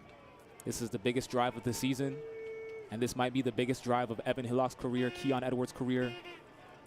1 minute, 15 seconds left. Arnaud looking on. The game in the hands of his counterpoint, Hillock. The Mustangs have not been in this situation all year. Unbeaten this season, trying to come from behind in the final minute. Hillock, play action, will throw into the wind. Lots of time. 5 steamboats, 6 steamboats. Now he's going to run. Hillock forced out of bounds by Alec Poirier. Shy of the 30. Poirier, a big man at 255, can still close on a quarterback. And Evan Hillock was cautious in that situation, knowing the game is on the line and knowing some of the decisions that he's made today. He said, I'm going to hold on to the ball and scramble and see what I can do with this play. 2nd and 5. Western, their own 29. Hillock pumps, wants to go deep. It's incomplete and short to Magnay Jones, making it 3rd and 5, and they're in 3-down territory. And Hillock continues to struggle against the wind. Once again, an underthrown pass by Evan Hillock to a wide open receiver. That is a game-changing play. But listen, it's going to come down to this. Final play, potentially, of this drive. Can Evan Hillock keep it alive? 3rd and 5. Marshall looks at Jake Kirk to get the play call. It's down to this for the Mustangs and a home Vanier Cup to stay alive. It's incomplete. Laval breaks it up with 1:01 to go. What a play. Griffin Campbell was the intended receiver, and Hillock couldn't get him the ball. And on that play, Evan Hillock tried to force it to Griffin Campbell, who appeared to be in double coverage over the middle. Now, of course, going over the middle, that's Evan Hillock's comfort zone, but he also had Coleman wide open in the flats, which would have extended the play and this series. So the Mustangs turn over the ball on downs at their own 29-yard line with 1:01 to play. And the look on the Western sideline says it all. Unbeaten this year. Facing defeat. Muganda takes the handoff, drives upfield for a gain of about 5 on the play. Jackson Finley making the tackle for Western. And I'm not surprised to see that. Hand it out to Muganda, see if he can burn the clock. He's been a solid back for you all day, getting at least 5 on every single carry. Less than a minute left. Try to see what you can do to burn out this clock. See Paul Gleason, the defensive coordinator, down on the sideline, signaling the play. They need a stop. 2nd and 5. There's Gleason, the defensive coordinator. It's Muganda again. And he's driving the lineman behind him in a scrum. He'll be very close to the 1st down. They sent the blitz. They sent the blitz, but it was not enough to stop him in the backfield. He was still able to gain yardage on that play. It'll be 3rd down and less than a yard Timeout Western with 34 seconds to go. It was all going Greg Marshall's way in that first half. They score early on the 35-yard pass from Hillock to Magne Jones. They scoop up a fumble. Bowers Kane taking it into the end zone. They get another field goal off a turnover. It was 17-0. 17-4 at the half. And then Laval turned it around, holding the Mustangs to a field goal here in the second half. Something we have not seen from the Western Mustangs in over 2 years. To limit this team to only 3 points in one half is an amazing accomplishment for this defense. 28-yard attempt for Blanchard.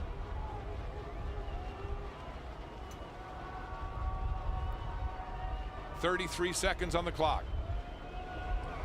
Blanchard up and good. So it's still a one-score game.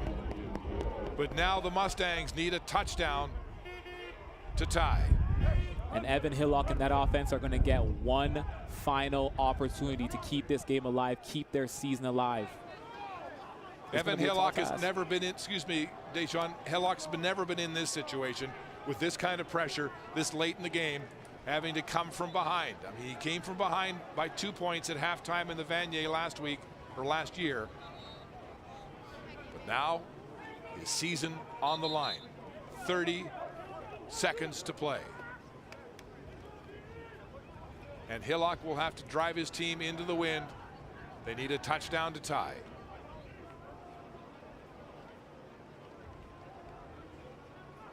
Edwards and Magne Jones are the deep men back to return for Western as Vincent Blanchard tees it up for Laval.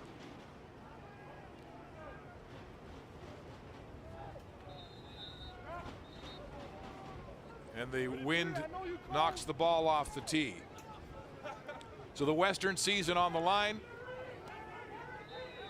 The Rouge et Or looking for their first return to the Vanier Cup since 2018.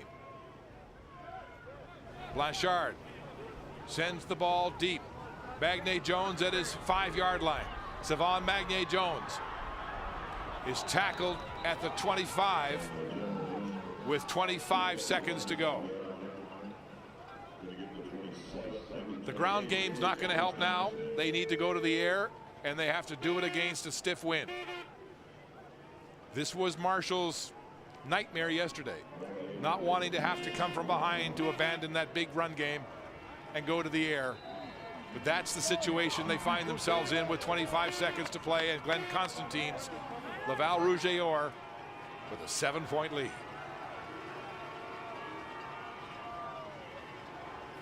Poirier, the big man at middle linebacker, play action now. Hillock, flush from the pocket, fires a howitzer, and it's complete to Seth Robertson. He has a first down. Still alive. Still alive. There's an injured Rouge et Or player on the field with 18 seconds to go. Laval's going to give him the short stuff. And it's the big defensive tackle, Rouleau, who's down, clutching his right arm. Give them the short passes, but the goal is to keep them in bounds. Keep them in bounds. Don't let them get out of bounds and stop that clock.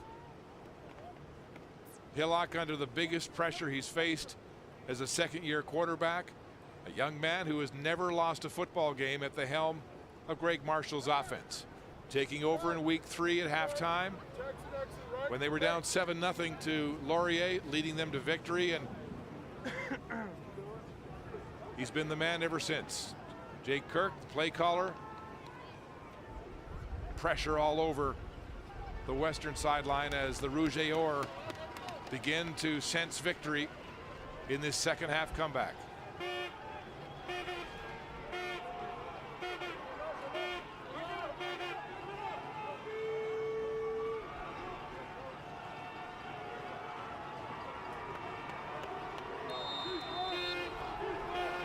First and 10 from their own 40. 13 seconds and counting for Western. Short pass is complete to the fullback Craig Coleman, but that's not going to do it. They need to move the ball downfield. But Laval dropping off in that prevent defense with 8 seconds to go. Last stand. This could be it. Final play.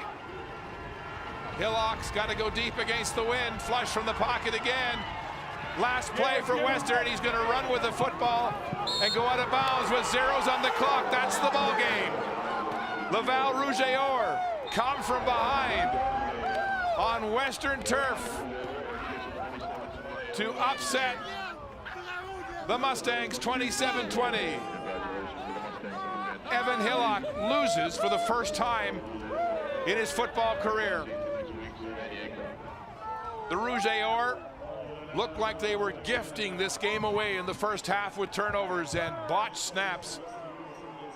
Couple of block punts on the Mustangs kept them close, and in the second half they took over, holding the Mustangs to a field goal and scoring 23 points themselves.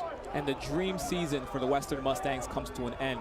A season where they could have hosted the Vanier Cup comes to an end. The Laval Rouge et Or drove 12 hours from Quebec City, came to London, and defeated the Western Mustangs on their home turf.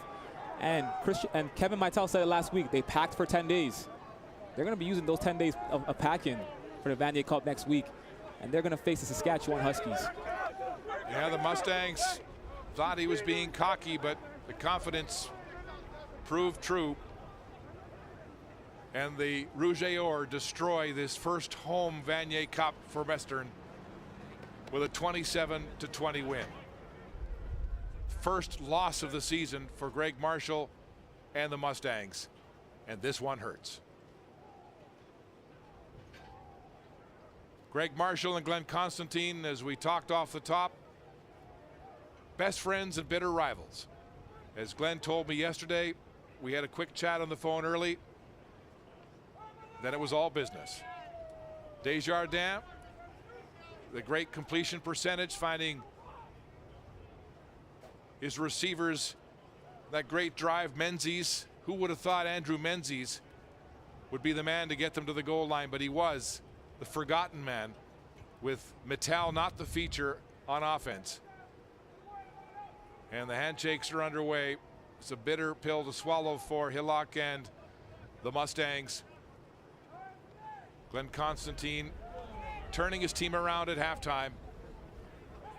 3 great drives in that third quarter. And David Delard with 2 third-and-1 plunges for touchdowns to turn the tide.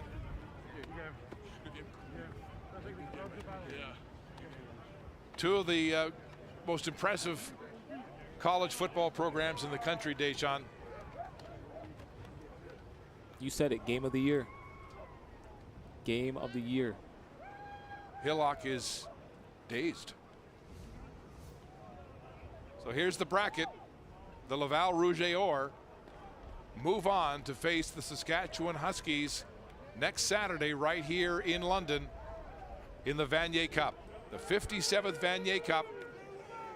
Saskatchewan, another big passing team.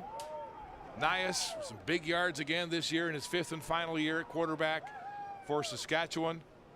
Desjardins, will have to see the extent of that hand. It did look like his passing hand wasn't right. He didn't have the same velocity on his passes. You know, the Mustangs pretty well shut down Kevin Mittal here today, but it still wasn't enough. We talked about the versatility of the Laval offense. Yeah, and I think Laval next week going into the Vanier Cup, we're going to see what Muganda does. He stepped up and was a pivotal piece for them today, being the game's leading rusher and essentially leading them to a win. So I'm curious to see how that rushing attack leaks over into next week's matchup. There was another bit player, Etienne Amiot, number 36, you just saw driving the ball to the goal line. I mean, he's number 3 on the fullback side of their depth chart. You know, we talked about Andrew Menzies, who made that big catch and got it to the 1. So it was the bit players, the guys who have not been in the limelight, who helped solve this Western defense and get Laval to the Vanier Cup. Glenn Constantine with his 201st victory as a coach, the most of any in U Sport history in football, defeating his good friend Greg Marshall here today in a second half rally.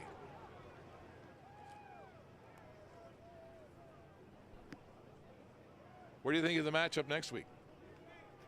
I think we're going to see a game that might even trump what we saw tonight.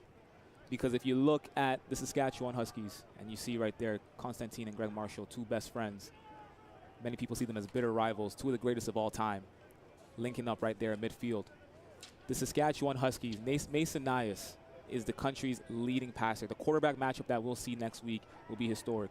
Two of the best quarterbacks in the country going at it one-on-one. Mason Nias might be the Heck Crichton Award winner. And then that defense, scattered with so many great pieces. You talk about Charlie Ringland, you talk about Daniel Weeb or Nick Weeb.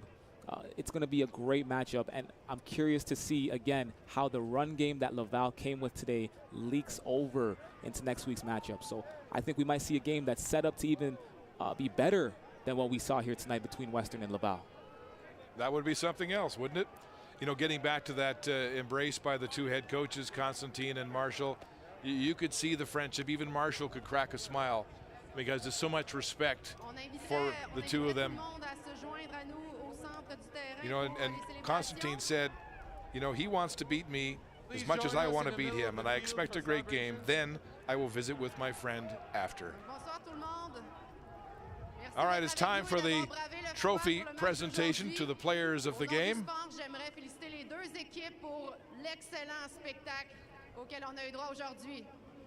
Thank you so much, all of you, for coming out today in such a cold day.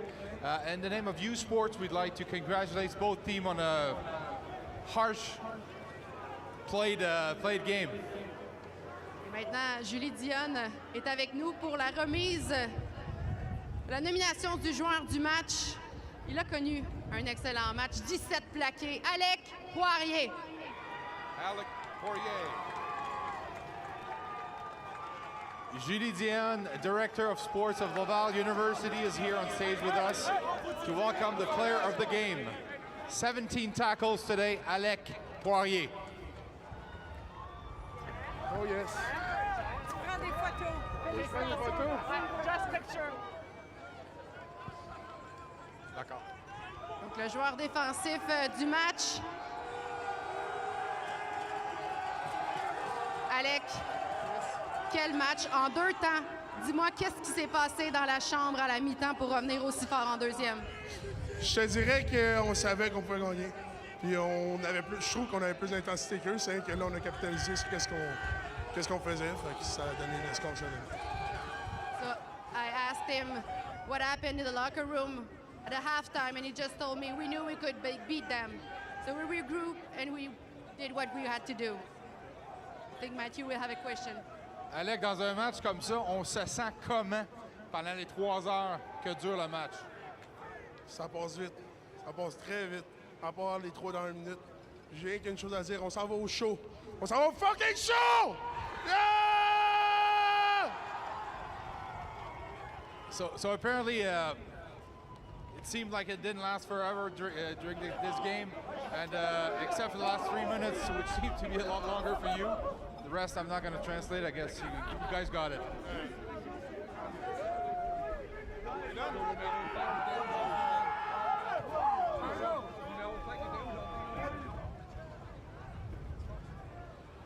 Et maintenant, on aimerait ça inviter sur le... Notre joueur offensif, excusez, j'avais un problème de son. Il a aussi connu un excellent match. Maintenant, le joueur offensif, Muganda. Je reste ici, là, moi. Là. Je descends. Offensive player of the game. Number 23 from Laval, running back, Muganda.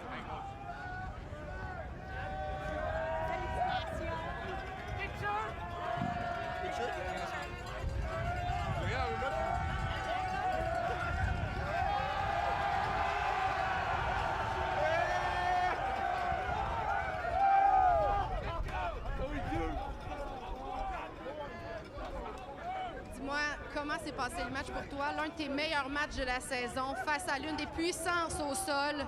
Comment tu as vécu? On a réussi avec un plan. Au niveau de la passe, au niveau du sol, on savait qu'on pouvait trouver avec le ballon contre eux, contre n'importe qui. Puis on est arrivé ici, puis on a fait un statement. Puis on a trouvé mieux qu'aujourd'hui. So I asked him, how was this game? It was one of his best games in university career against one of the best team on the field, and he said we had a plan, we knew we could beat them, and we played better than them today. Kalenga, quand on arrive dans un match comme ça, on a un plan. À quel point vous avez suivi le plan, puis à quel point tu as l'impression que vous avez improvisé? Mais c'est sûr que quand on commence avec un début un peu shaky, c'est sûr qu'on se dit toujours next drive, mais après, c'est les X et les O, puis on a réussi avec un plan, on l'a exécuté à la merveille. Au début, on a eu un peu de problèmes, mais après ça, on a touché le plan de Juice, puis tout s'est bien passé. So according to Kalenga Mulanga, we just followed plan. We had a good plan coming in the game, and we just followed it till the end, and it worked. Merci beaucoup. Notre joueur offensif du match, Kalenga Muganda. Et maintenant en compagnie de Lizette Johnson-Stapley et de Steve Mitchell, on inviterait les capitaines de l'équipe du Rouge et Or à venir nous rejoindre pour recevoir la Coupe Mitchell. So with Lizette Johnson-Stapley, and we'd like to invite all the captains to come on stage to receive the cup. Nick, quand t'as embarqué, ça a levé. Oui. Les champions de la Coupe Mitchell, le Rouge et Or de l'Université Laval. Let's go! Let's go! Let's go!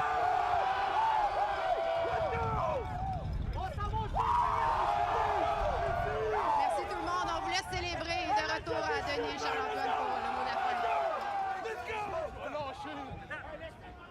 G-Will! G-Will! On va la caille, là. On l'a cul. G-Will.